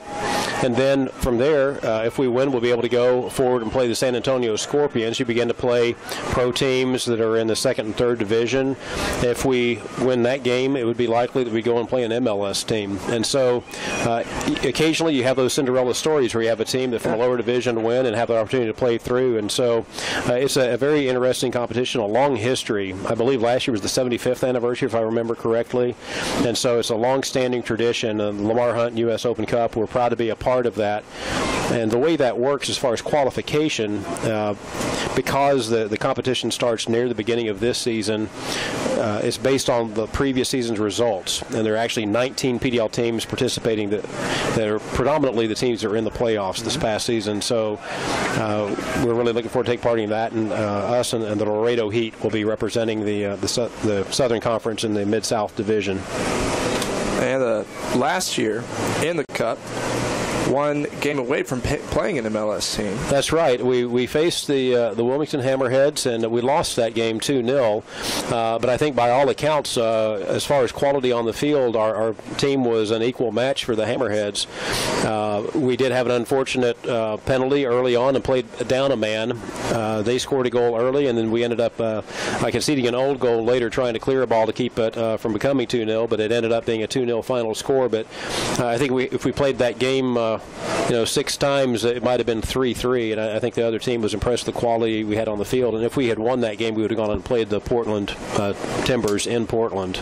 Right. So we'll see how the Cup develops this year, and you can't take it for granted beating the Riados. We have to make it past the first game to have the opportunity, but if we do, being able to go down the road to play San Antonio is something I know our fans would really enjoy, being able to have an Open Cup game that's only an hour and a half away. And we think very highly of the gentlemen that are running the Scorpions, Gordon Hartman and his group, and it would be a pleasure to go down there. Leone Cruz, who was on our back line last year, is on the back line for the Scorpions right now. So it'd be fun to see Leo again, and it'd be fun to slot one in the back of the net against him to gain a victory. So calling the shots already. And yep.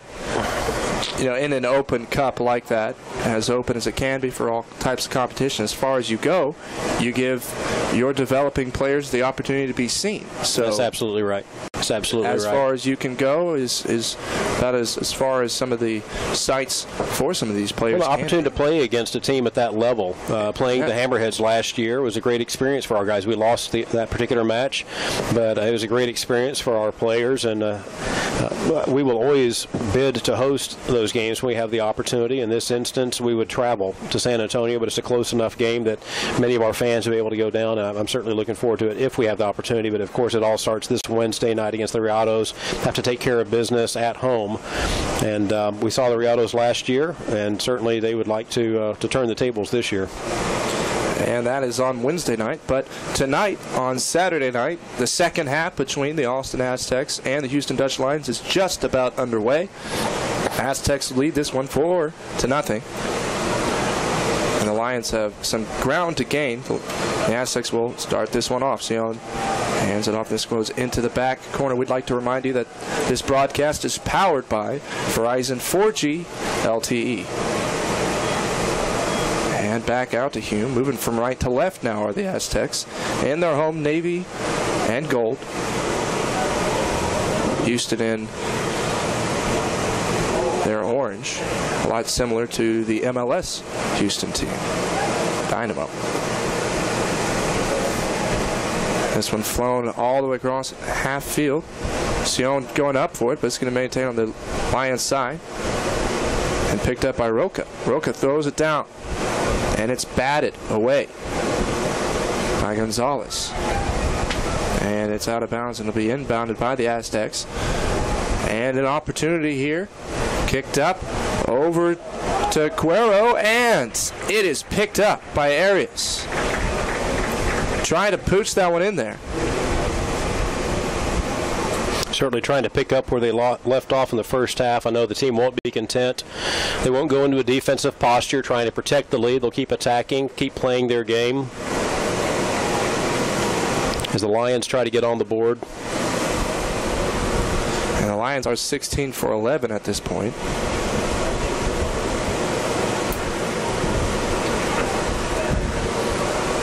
We talked earlier about the camaraderie between the different teams in the league, and having been in the league for a number of years, you get to know the management of the other teams, the coaches, the owners. And I was kidding with you earlier about in the future when you are on NBC calling an Olympics or calling an NFL game or calling a game for Fox Soccer Channel, I'll be harassing you. I have just been harassed by the owner of the Mississippi Bria that will play later this season for wearing a tie. He apparently was dialed in. So, Rusty Bryant, if you're still listening, great shout out to you, and wish your team the best this season. Certainly look forward to playing you again this season. The Bria have been in the Southern Conference for a number of years and are now back in the Mid-South Division. Hey, aren't you glad for the dress code now? Absolutely. Absolutely. A little hot out here in Austin, just about kicking up towards the summer. But we are suited up and ready as the Aztecs pull up on the defensive side of the field. Arones picking it up, and they're going to call it foul. It's a really pleasant evening now that the sun's gone down. It's a beautiful evening, a little bit of a breeze, and now the lights are low. You can see the Capitol and the skyline. One of the beautiful things about House Park and the location is the great skyline that you can see from the press box and the upper stands. And Arias let it fly over midfield. This could be out of bounds. Off the head of the Aztecs. This could be thrown in. Off the chest of Hernandez. Scuffling over, it slides over, gets back into play, and trying to keep it open for an opportunity, but The defense kicks it back out to Cook. Once again, that confidence, I can't overstate it, to be able to just pass the ball back to Devin and know that it's a safe play. You got to get some velocity behind that leg. Get it back to Cook in time. This one cross midfield, right to left for Austin.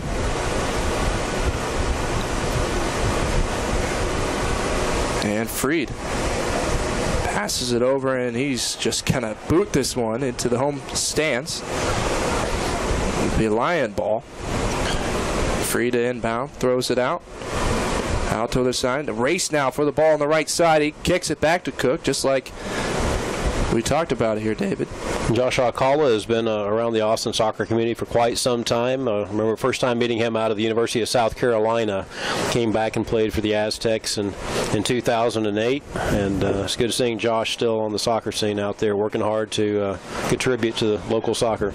And this one over to Roca. Roca trying to get an opportunity, but the defense of the Lions kicks it back out to the right side of the field, out of bounds. It'll be Aztec soccer.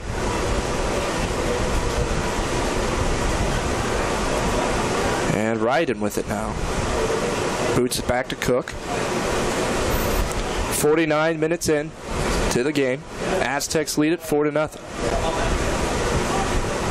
Here on Texas Student Television and KVRX Radio. Brooks Gabina here with you alongside David Markley. This one lofted over into the Lions side of the field, picked up by Arias. And in those kicks,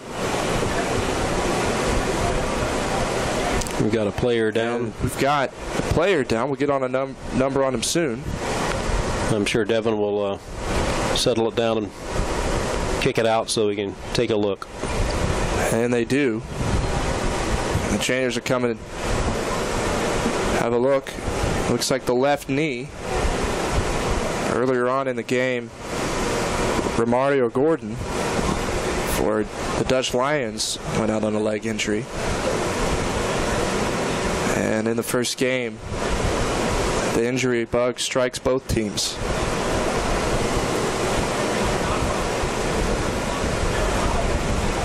And he's helped up. Jeff Harwell getting ready just in case. And he will go in.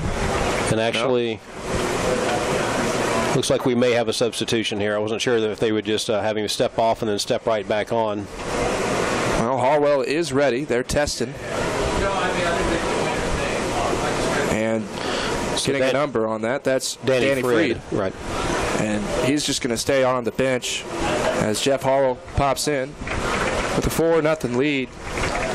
Yeah, Danny's health is some rest. Obviously of utmost importance, and so we'll make sure that he has a chance to straighten it out. So in Jeff Harwell, there's not much of a drop-off with Jeff coming in, a quality player.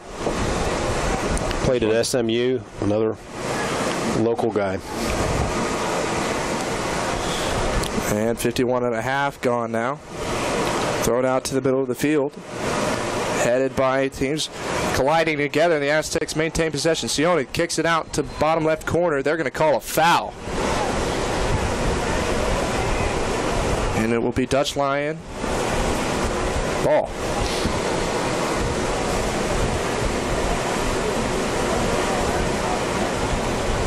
And he boots it all the way to the right side of the field. Picked up by the Aztecs. Roca with it. Kicks it in midfield, scuffle, picked up. Joe Jackson. The Aztecs on the defensive side. Maintain it, boot across, midfield. Oh, and a trip up off Aquero, trying to hold on. But can't. This is one ricochets off. Good work right there by Andres.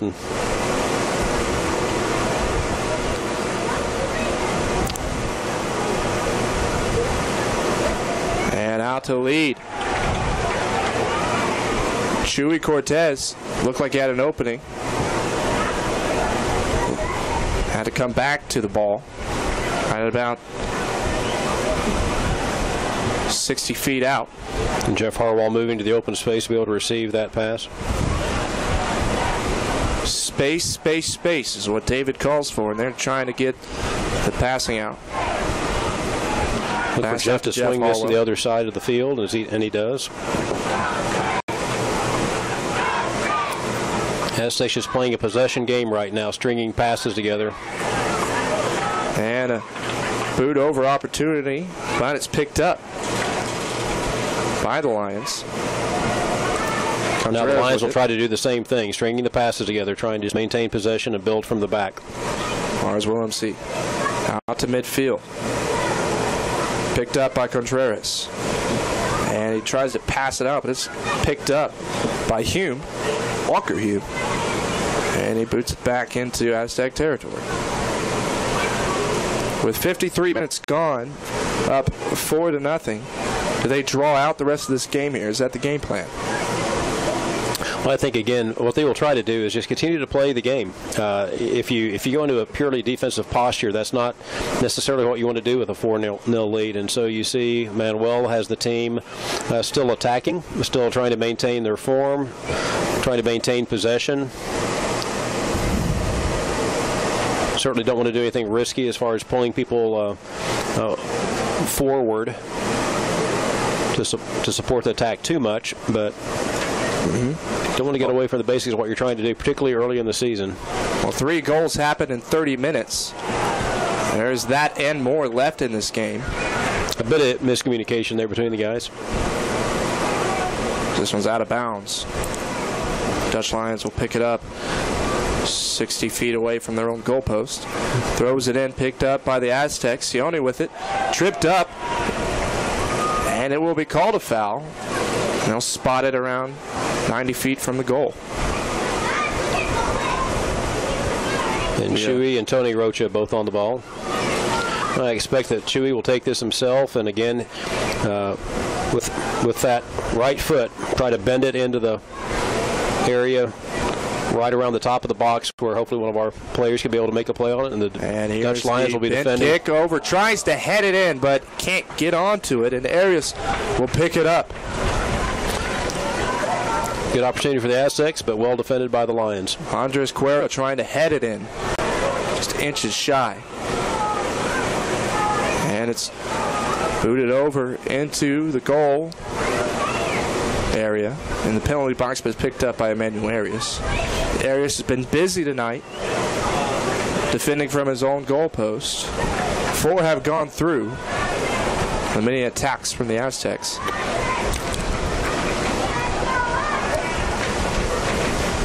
And this one boosts over from left to right, back into Lion territory as Arias picks this one up. 56 minutes here in the opening game in USL Development League.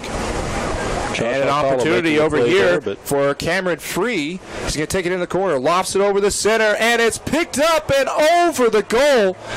Collision between Denon Cook and Mario Garcia. And check on Devin as he punched that ball away and preserved the shutout so far, but certainly hope that Devin is okay. And he's helped up. He looks like he's going to be all right. Cameron Free lofted it up right in front of the goal. And Cook just went after it, but collided right with Mario Garcia. Certainly a brave keeper, and certainly a good opportunity for the Dutch Lions. They'll continue to attack, and of course, again, the goal for them is not immediately get 4 goals, it's to get 1 and then build on that. And certainly it's nice to see the tenacity from a goalkeeper who will still go after a ball even with a 4-0 lead. Well, Devin has good size and used that to his advantage on that play. And he skies this one all the way across the field into Lion territory. Picked up by the Aztecs, and they have an opportunity, but Sion can't hold on to it, and they're going to go ahead and call a foul.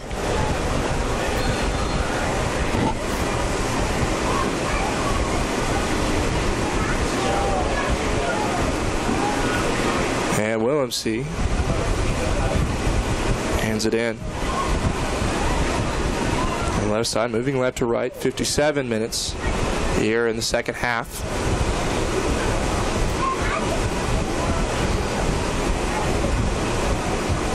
And Kicked over into the Aztec territory, out of bounds. It'll remain Lion soccer.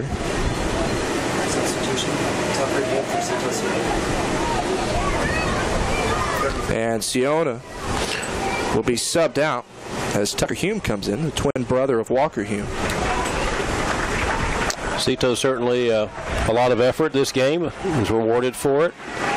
Now Tucker will come in, and if you're a defensive player, you look up and you think, oh great, there's somebody that is now 6'5" coming in. Your legs are getting a little bit tired, and you may be happy that Cito's no longer in there. Cito's so strong on the ball, particularly with his back to the goal. But now you have to deal with Tucker, and that's no small task, literally. Well, Tucker played mostly off the bench, scoring 3 goals, 2 of them game-winning goals, and 2 assists. Comes through. Twin brothers with Walker Hume, both from Westlake High School.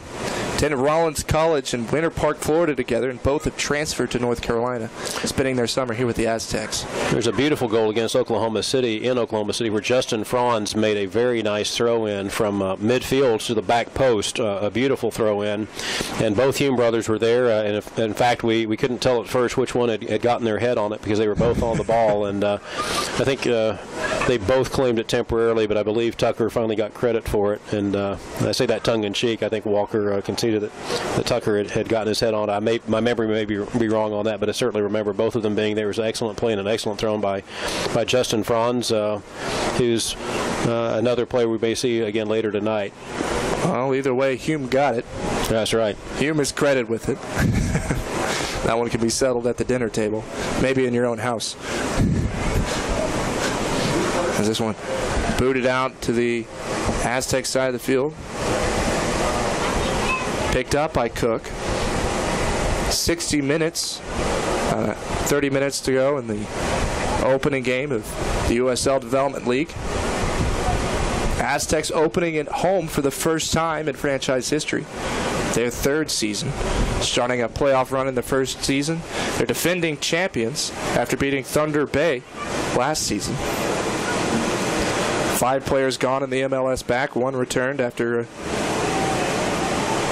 short stint with the Dynamo in preseason, and have gone up 4-0 in their opening game of the 2014 campaign. It looks like we're going to be getting another substitution, this time for the Dutch Lions. And David Atoya lining up.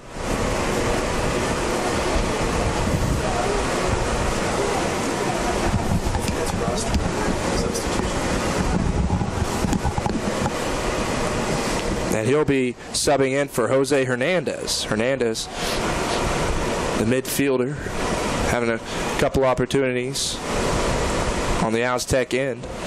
None have come through for the Dutch Lions just yet. And here they come as the Aztecs shorthanded after a fall-in.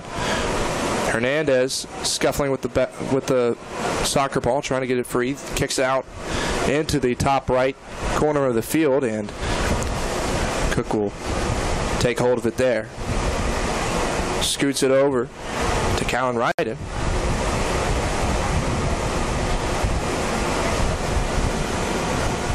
And Tony Roca showing some nice ball handling skills against 2 defenders. Gets it free and kicks it out. Now into Lion territory. So Arias picks it up.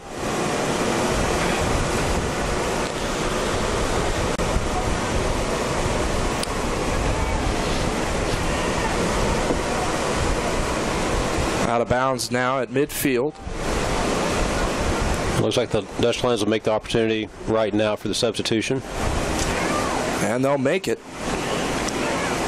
So Jose Hernandez subbed out as David Atoya comes into play to try and bring new life to this Lions offense.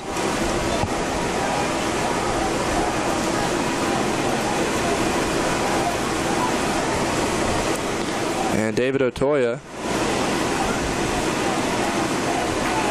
from Klein Collins, attending San Jacinto Community College at this point, gets a chance to play in the summer.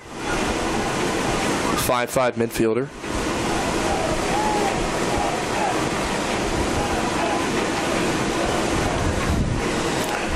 You can hear the cheers by Eberle's Army in the background, the supporters group. Give them a shout out. And also Paul Hart can't be at the game tonight, but president last year of the supporters group, Eberle's Army, and wish Paul the best. If you're able to listen to this game or taping it and watching it later, look forward to seeing you at a game soon.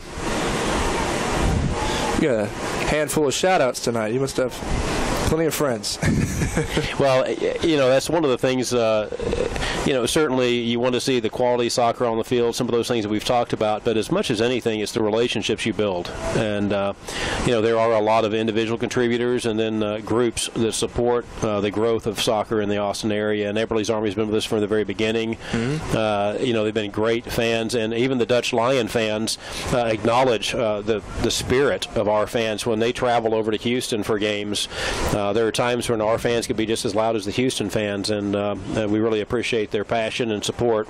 And it's part of why we had a home field advantage at House Park last year. And so really can't underestimate the value those guys bring, all of our supporters. But Eberle's Army is certainly one of the more vocal groups out here, and very whimsical and lighthearted in a lot of their cheers. And sometimes it's fun to hear what they come up with, particularly for a fan favorite like Chewy Cortez. Outnumbering some MLS attendance ratings sometimes, and the largest crowd here at House Park, 4,253 for the PDL final last season. This one skips out of bounds at the top left corner. 64 minutes gone in the second half, and this will be the first corner kick from the Aztecs.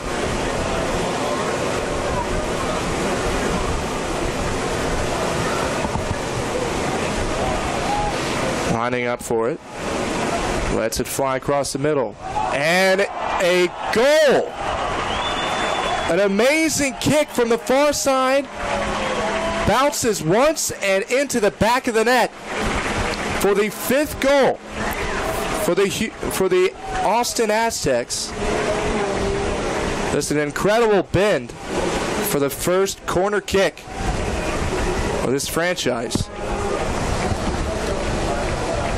It's actually reminiscent of a goal against Oklahoma City last year. Down 1-0, Tony Rocha put one in to bring the game level before Justin Franz threw the ball in to the Hume brothers for the game winner in extra time. So we've seen that before, where just the placement, the bend of the ball, even on a corner kick, you can score directly. That one did take the bounce before it went in, but certainly a quality corner kick. And Tony Rocha, with his second goal of the night, the 20-year-old midfielder, a Houston native, gets a score against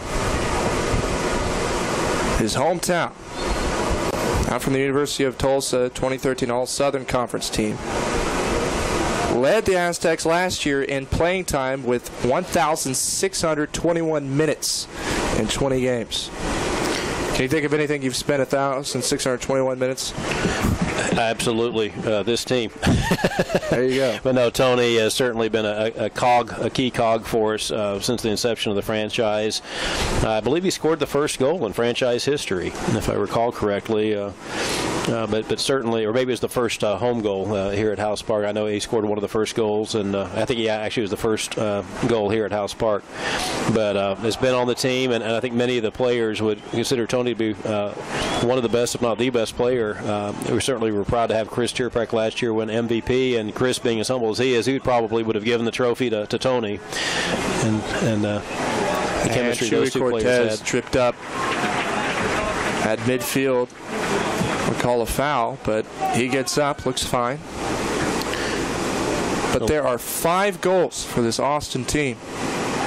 And it looks like Jacob Powell is getting ready to come into the game. And again, if you're a defender and you think, great, one of the starters is substituting out, I may get a little bit of a break, and then you get somebody with Jacob's speed coming into the game, they're going to have their hands full. Jacob is a local player. This one kicked into the Austin end over here. Opportunity time now. But it is booted out with play, as the Lions try to get at least one goal here. They're going to call a tie-up foul at midfield. It'll be Aztec ball. That's simply a situation where both players fighting for the ball. There will be a yellow card shown. I don't believe there was any intent there by any means, but Lion player receiving the yellow card. That's the first yellow card of the season, awarded to David Perez. David simply trying to keep Tucker off of that ball. Maybe a little more contact than the referee wanted to see. Wanted to make sure the game stays in control.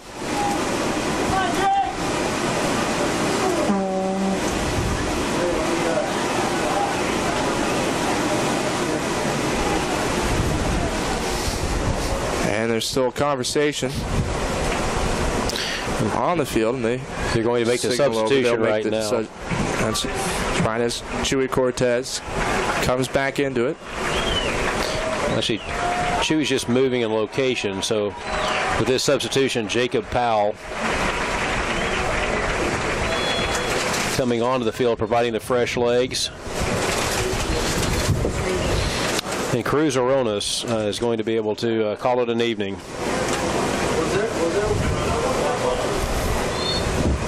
So with that, Jacob will move to the top, and then Chewy has dropped back to play defense.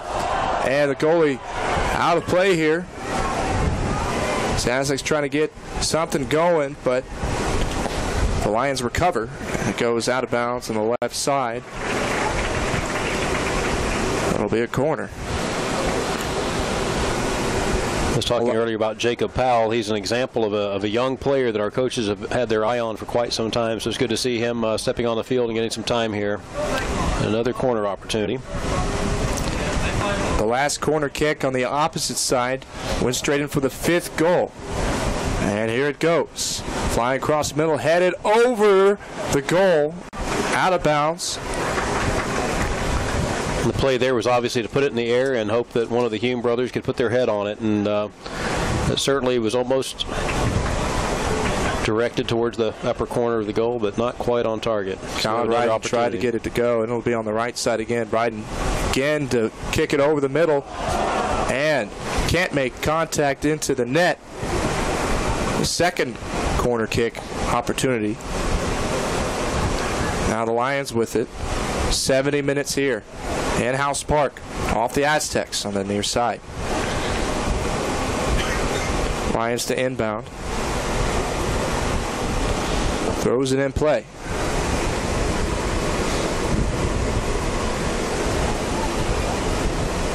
And really with these corner opportunities, putting them nicely in play right across the middle, not really in places that opportunities can't come up through. And here's another one. Oh, and an excellent defensive play by Lawrence Willemse as the Aztecs try to poke one through the middle of the field. And his right leg had something else to say about it. This one lofted over to the right side, out of bounds. Just a bit too much. Free looked a little bit offsides.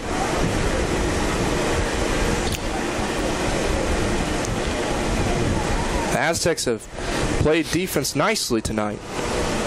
And the Lions have tried to find opportunities on the offensive end.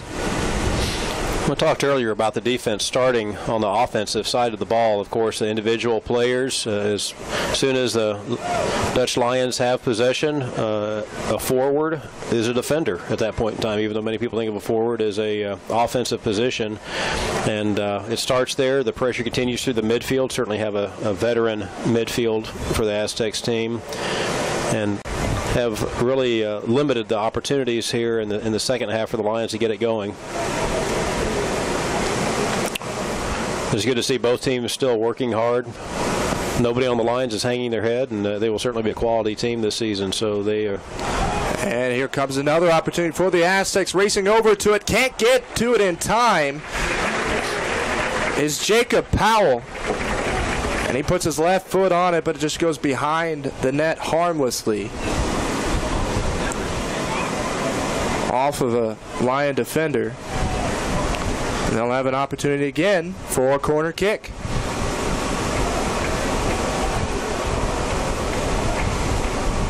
From the bottom left side, lets it fly across the middle, headed over, and out of bounds. They're calling a foul on the Aztecs within play,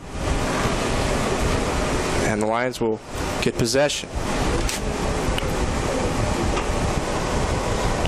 Great looking down on the crowd and seeing a number of jerseys for different countries. Excited about the World Cup this year, and some fans already sporting the jerseys of their favorite team. Also glad to see a Pelé jersey down there. I didn't realize Pelé was going to be at the game tonight, but that's fantastic. Well, never know where you might see Pelé, and see if we can get him up here for an interview. Josh Alcala with the throw in now for the Aztecs. I also see Messi out there. We might have to try and get him. That's right. And at midfield now, the Aztecs kicking out in. They call foul midfield. Lion ball.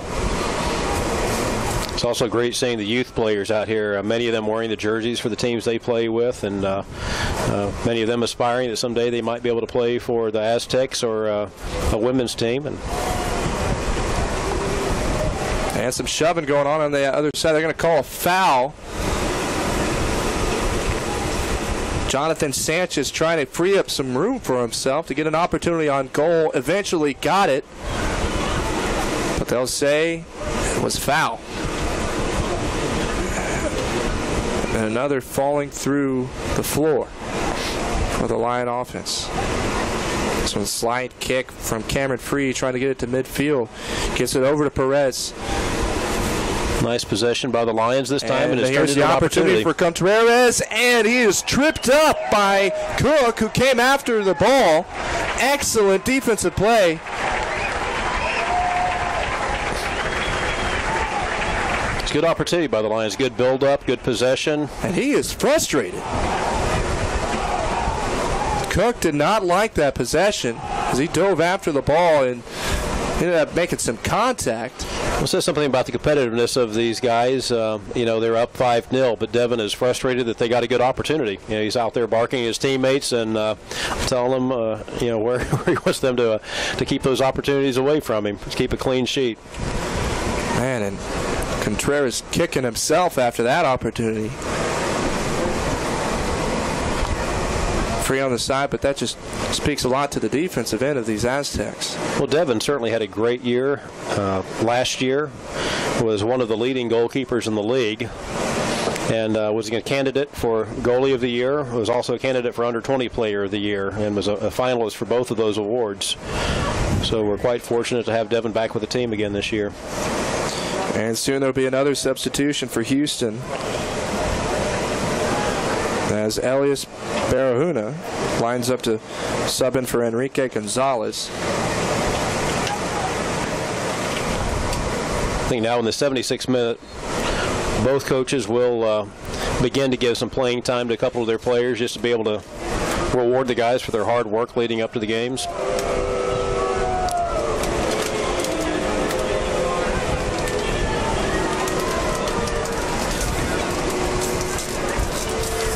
And there'll be a free kick from Denon Cook.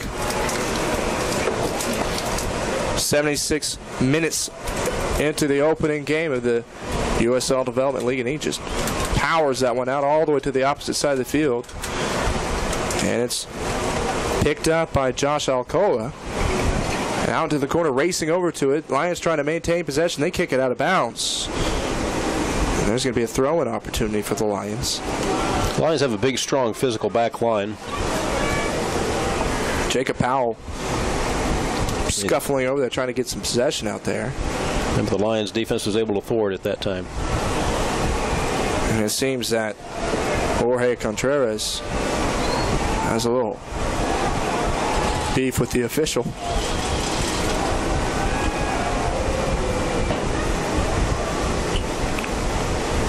And across the middle, kicked out over towards the top, and Hume is just going to boot it back over the opposite way. Nice clearance that time by Walker to thwart the threat.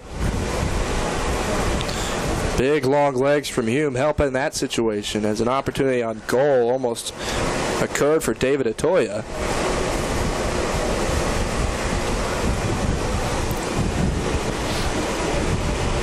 Josh Alcala on the ball now. And leads it out towards that way. Picked up and booted out of bounds by the Lions. Aztecs will maintain possession, throw it in by Alcala. Down into Roca. Roca gets it down. Opportunity on goal for the Aztecs. Kicked out to Hume on the left side. Up in the middle and kicked out of bounds by the Lions. Hume tried to find. Across the middle, Tony Roca. But an excellent slide defense from Willemse prevented a 6th goal from the Austin team. Corner kick comes from the Austin Aztecs from the bottom left side. Lets it. Oh, he just passes it in now. Kicks it out, and a shot on goal from Alcala, booted off and defended by the Lions. And they'll kick it back into the Aztec side of the field. Riding with it. Kicks it over to Harwell at the midfield. Back to Harwell. Another kick back to Cook on the Aztec end. 9 minutes here. Roughly 11 minutes to play, pending extra time. Aztecs lead 5-0.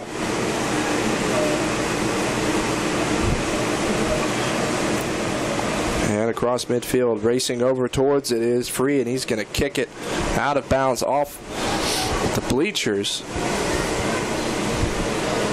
The Aztecs will throw in. Unless something changes in the final 10 minutes, I don't expect a lot of extra time. Referees have done a good job maintaining control of the game, and both teams generally, though playing very hard, have been playing very clean, so we've had a limited number of times where we've had to check on players. Will be a few minutes added just for the substitutions. Well, more substitutions to come. It's the Aztecs will sub in Justin Franz for Andres Cuero. Franz standing up, getting some water ready to come in. And a lot of these young talents coming in. 5 different goals, 5 different players to start off this game. Corner kick comes in. Well, and players like Justin are quite capable. Justin and Jacob, like I say, when those players come in, and certainly Tucker Hume, it's not like the defense gets a break. Justin is an extremely talented player, played for the Super 20 team and has been on our roster and played last year. Looking to get some increased minutes this year. And a pass opportunity booted back from the Lions. A wrestle in the middle of the field, picked up by the Lions. Perez kicks it back out to his own goalie, Arias, as Cuero just charges after, trying to get something going. This is booted back over towards his direction. Fielded by Hume. And Perez will pick it up for the Lions. Passed out towards the Aztec side of the field. Will just roll out of bounds for the Aztecs. 9 minutes to play as the Lions still scoreless in the season. Be a throw in for Josh Alcala for looking for somebody to show for him to give him the pass. And the substitution waiting to be made. And there will be one for the Lions as Cameron Free subs out as Lars Willemse comes back into play. Andres Cuero getting well-deserved applause from the crowd. Well-played game, good effort. Justin Franz comes into the game.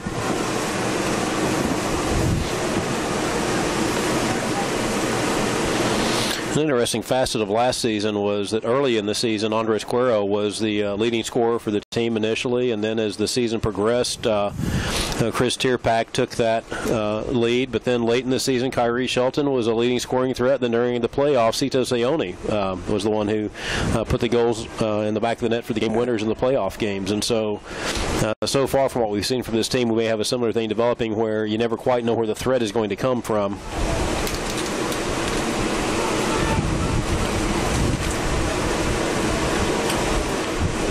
Well, the threats have come all over the place for Austin today. And Jacob Powell hiding over here is quite capable of adding to the lead. 83 minutes into this game, a scuffle at midfield goes out of bounds. It'll be Lion ball thrown in. A little bit of urgency now. Throws it downfield. And a tie-up in between players. They're going to call a foul over on Callan Ryden, who pulled down his defender to try and gain possession of the ball. And they'll award Houston with the ball. And defenders like to keep that clean sheet. Doesn't matter what team you play for. And Jonathan Sanchez gets a shot from the bottom right side, about 40 feet from the goal. And here comes the kick, lofted over the middle side, headed just over the net. That is by far the best opportunity for the Lions so far. Sanchez, a dangerous player, put the ball in a good position, and the Lions look to gain their first goal and barely over the crossbar. Joe Jackson with the header, just inches away from the first goal of the season for the Lions to stop the frustration. But a great opportunity here in the first game brings optimism to the Houston organization as the season develops. Go through a preseason, but opening day is opening day. As the Aztecs take this one all the way onto the opposite side, moving right to left. 84 minutes go, and he just lofts this one over the net. It'll be a goalie kick from the penalty area. I'm quite certain Devin would tell me that if that had been on goal, he would have covered it. So yes, he wasn't in a good position to make a play on the ball, but it just barely over the crossbar. And the hometown fans chanting as they smell victory. A nice little play over by Powell. Powell on the left side. Nice little dribble move out to the left side, and he's shoved out of the way and slides over to try and pick up the ball. They're going to keep playing on. Powell thought he had been a little bit hindered with. You saw that burst of speed, though, I was talking about that Eddie Campbell brought last year, and it looks like Eddie may be joining us again this year, coming in on Monday. And when you have players like that off the bench late in games when defenders' legs are tired and you bring in sheer speed, that's a tough task for a defender. Well, coming off the bench, Howell provided some fresh legs, wanted to get some time here for the opening game. Almost got some prime time there.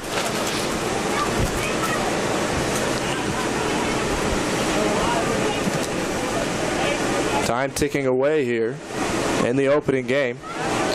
Lions down 5. Booted down onto the opposite way. Opportunity for the Aztecs, and it is blocked. Adam Black had a big opportunity as a nice pass from half of the field from Josh Alcala bounced right in front of him. And he did well enough to stay onside to get the opportunity and just kicked it right into the chest of Emmanuel Arias. And the score remains 5-0. And it'll be a corner kick for the Austin Aztecs. I talked earlier about the goals by Rocha and by Tucker Hume against Oklahoma City to come from behind. Well, Adam Black was the one who scored the one that put us behind. So we're quite thrilled that he's on our side this time. A little wide, a whiff kick. Can't get a hold on it, and Powell will just boot it out of bounds. A little bit off the right toe. And that offensive possession on all ends, a little disappointing. You can see it a little bit in the reaction from what they thought they should have had. The competition still goes on even as they're up 5. A lot of new players getting in, trying to get some opportunities here. This one goes into Austin territories. They tie up, and the official will award the Aztecs with the ball.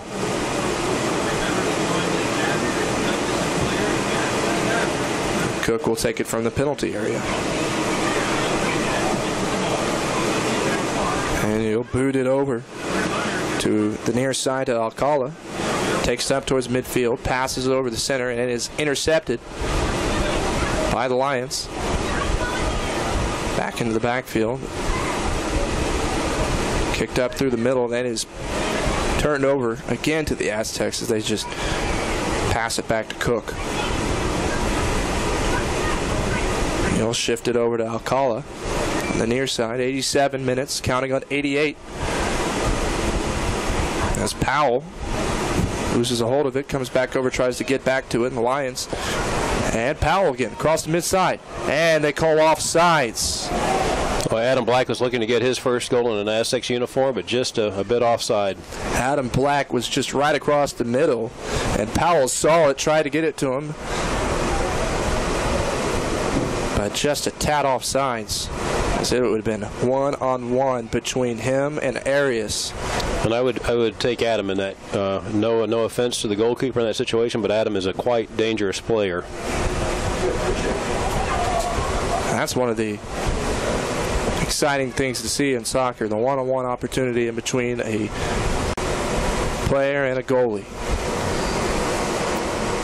And the officials will be adding 1 minute stoppage time, extra time, to this game already. And this one out, an opportunity. Here it comes. Over to Black, and he just can't keep a hold of the ball. This is back into Lions possession, midfield. And Hume will hold on to it, kick it back into Lion territory. Back to Black, back to Hume. And he'll just kick it all the way back to Cook and reset things. Black will be dreaming of goals because he has been close so many times in this game. And it just has not worked out for him yet. But you can't get everything in your first game. An opportunity as much as you'd like it. Sometimes soccer a game of patience.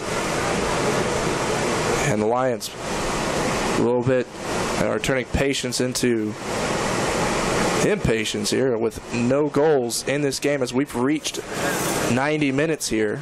A minute extra time as they try to put one goal on the board to give some optimism on their trip back home.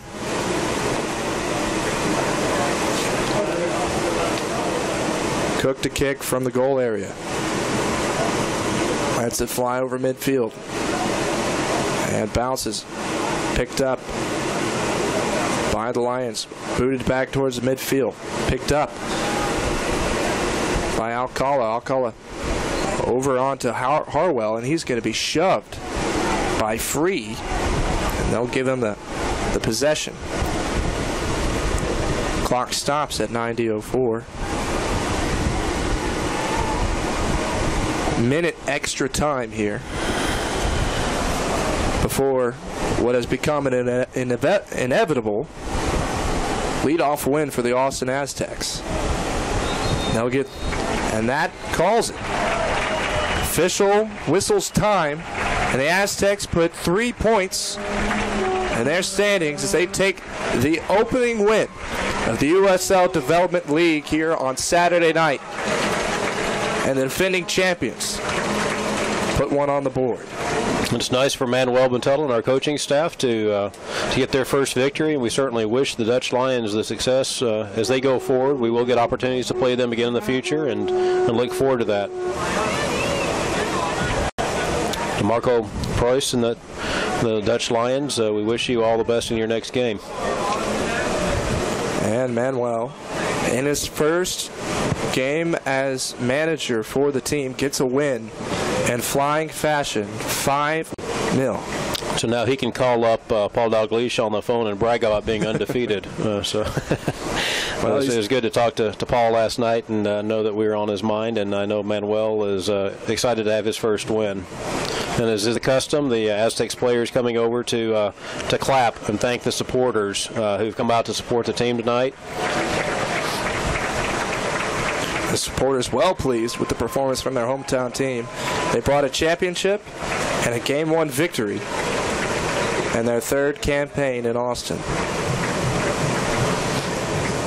And currently in 2014, all coaches with Austin Aztec connections are undefeated.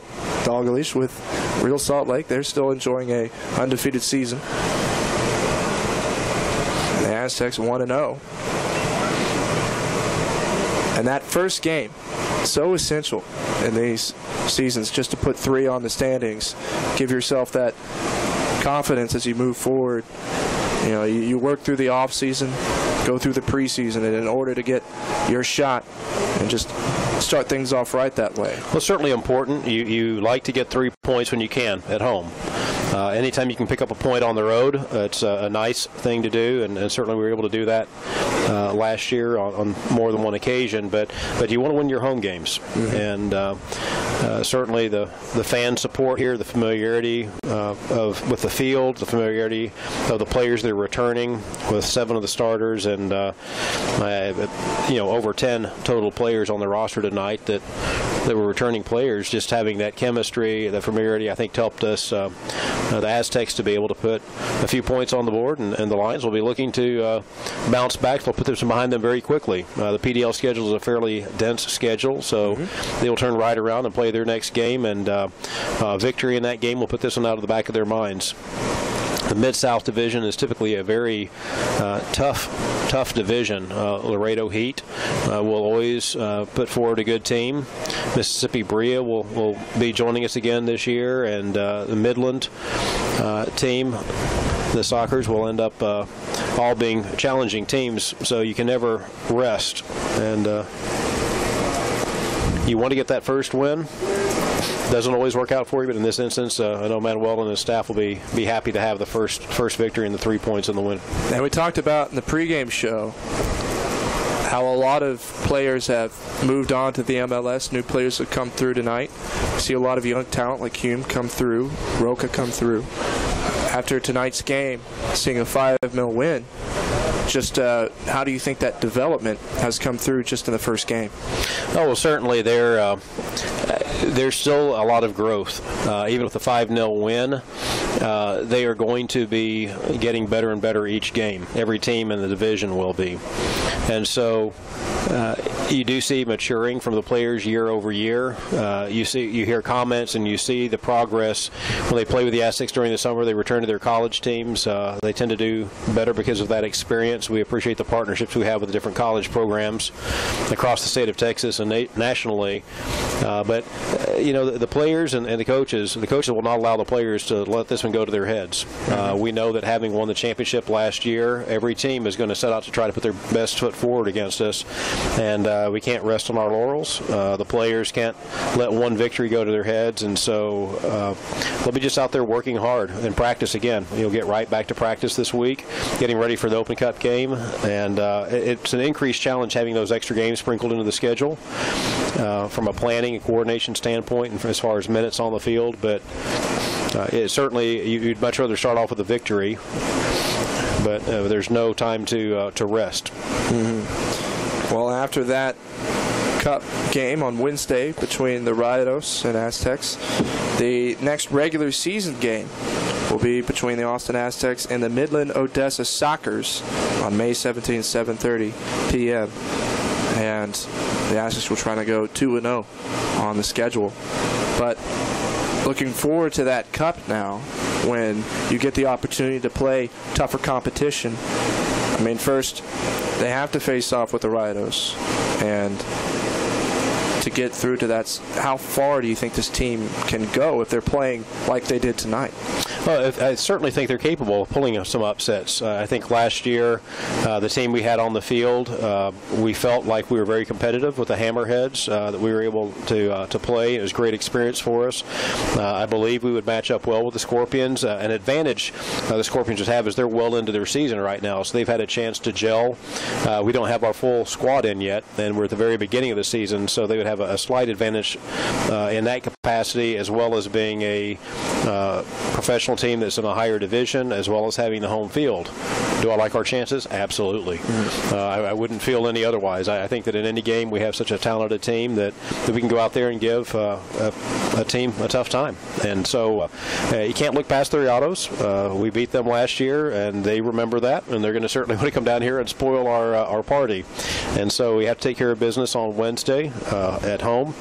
And then from there, it would be expected that Scorpions would be favored in that game, but I would really like our chances against any team that we face. Right, and the strengths of this team. I mean, obviously, the 3 goals in the first 30 minutes is a nice plus to see from the offensive side, but I was extremely impressed by the goalkeeping from Cook coming through on this throughout this game. A couple of opportunities laid in, make some diving plays. He's not afraid to go after, shows courage even whenever his team is up. He's a very strong player, and Rick Granrid is not only our director of operations, he's also our goalkeeping coach, and last year he worked with Devin, and they obviously had great results.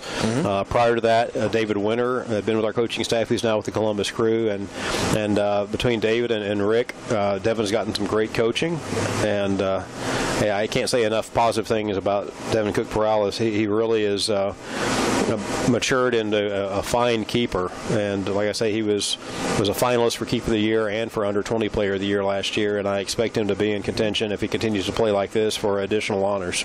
And made the 2013 All-Southern Conference team as well, and talk about being homegrown, out from Stony Point High School. A lot of players and coaches out on this team from Stony Point. I feel like there seems to be a flag planted somewhere around on that campus. Right. But playing his time at Coastal Carolina in college, playing well tonight. Goals against average last year, .369. And Devin's certainly one of those players that has a bright future. He could end up playing in MLS or in Europe, and it wouldn't surprise me at all. So if you think about the players off of the 2012 team, we talked about the championship team of 2013 and 2012. Players off of that roster, 7 players from that roster were among those that we talked about being drafted by MLS. Right. But that team also included Tony Rocha, included Devin Cook, included Kyrie Shelton, that played with us again last year. I think more players will end up getting drafted off of that team, and so I think it's quite likely that 10, 11 players may end up getting drafted off of that 2012 team. And that's not the team that came back and won the championship last year. And so I think certainly it's a testimony to the coaches and the talent of the players. The difference between the first year and the second year, a lot of it had to do with the maturing of the team as a unit and really buying into the system. And the chemistry that the team, you hear about that mythical chemistry, but you certainly saw it on the field and the come-from-behind victories they had on the road last year, once in Oklahoma City and once with the Dutch Lions. And we go to our post-game show, continuing our cast here as we bring in our sideline reporter, Shelby Hodges, who has Tony Rocha with her right now. And we're going to go out to her as we speak. Tony, you obviously had a really good game, but what do you think you guys did as a team that helped y'all win today? I think we had a lot of energy coming into the game. We knew we were going to have the support of the Austin fans behind us, and coming from the championship that we won last year and then the support that we have, I mean, we just came as a team together and we knew we were going to get the result. And obviously your offense was doing really well. What have y'all been doing in practice that you think led to that? Just our spacing and timing off the ball and making runs, and today it worked out well. We got 5 goals. Yeah, it was obviously a big win, and always winning at home's great, but what does a big win like this help y'all for the rest of the season? I think it just keeps us humble. Winning 5-0, we know that we can put 5 goals, but we also let 0 in. And our next goal is Wednesday, and we just have to enjoy the win tonight and focus on the game. Okay, perfect. Well, congratulations. Thank you for talking to us. Thank you. All right, bye-bye. And Brooks, back to you in the booth. And thank you, Shelby. And getting to hear from Tony Rocha. Had some excellent play on the field. 1 goal, 1 assist.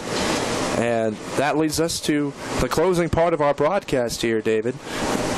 Who's your player of the game? Well, I think you just heard from him down on the sidelines with Shelby. Tony is always a solid player in midfield, and certainly the quality of the goal he had, the tenaciousness to be able to stick with that ball and put it in the back of the net, the quality of play on his corner kicks, but just the consistency, the maturity in the middle of the field. We're so proud to have Tony be part of the organization, and he really was a solid player all the way around tonight. Well, Tony Rocha, you are the inaugural Texas Student Television and KVRX.org player of the game here in the inaugural season of coverage of the Austin Aztecs, so I'm sure David will come down and get you a nice prize. I don't know. That's right. Well, I'd also like to take the opportunity to thank Carter Goss and Brooks and the rest of the organization for being able to put this broadcast on. Our fans are excited about that. Hopefully the Dutch Lions fans are also able to tune in, and we really look forward to having a great partnership with you. And you're going to be upgrading to a different color commentator next week. Mr. Ross Kelly will be with you, and he'll be able to bring that player's perspective from having been on this team. But we really appreciate the partnership that you have with us, and we're excited to work with the University of Texas Student TV. All right, well, I appreciate all your time, David. I'm glad to have you here with us to kick things off for us, and we certainly look forward to Ross. But we'd like to go ahead and thank everyone at Texas Student Television and KVRX for all of their work. Renee Moreno back at the station, and Thomas Bingham, who will have the post-game show at kvrx.org for you after the cast is over. But I'd like to remind you that this broadcast is powered by Verizon 4G LTE. For David Markley, I'm Brooks Cabina, and your final score in the opening game of the 2014 campaign, the Austin Aztecs 5 and the Houston Dutch Lions 0. We'll see you next week.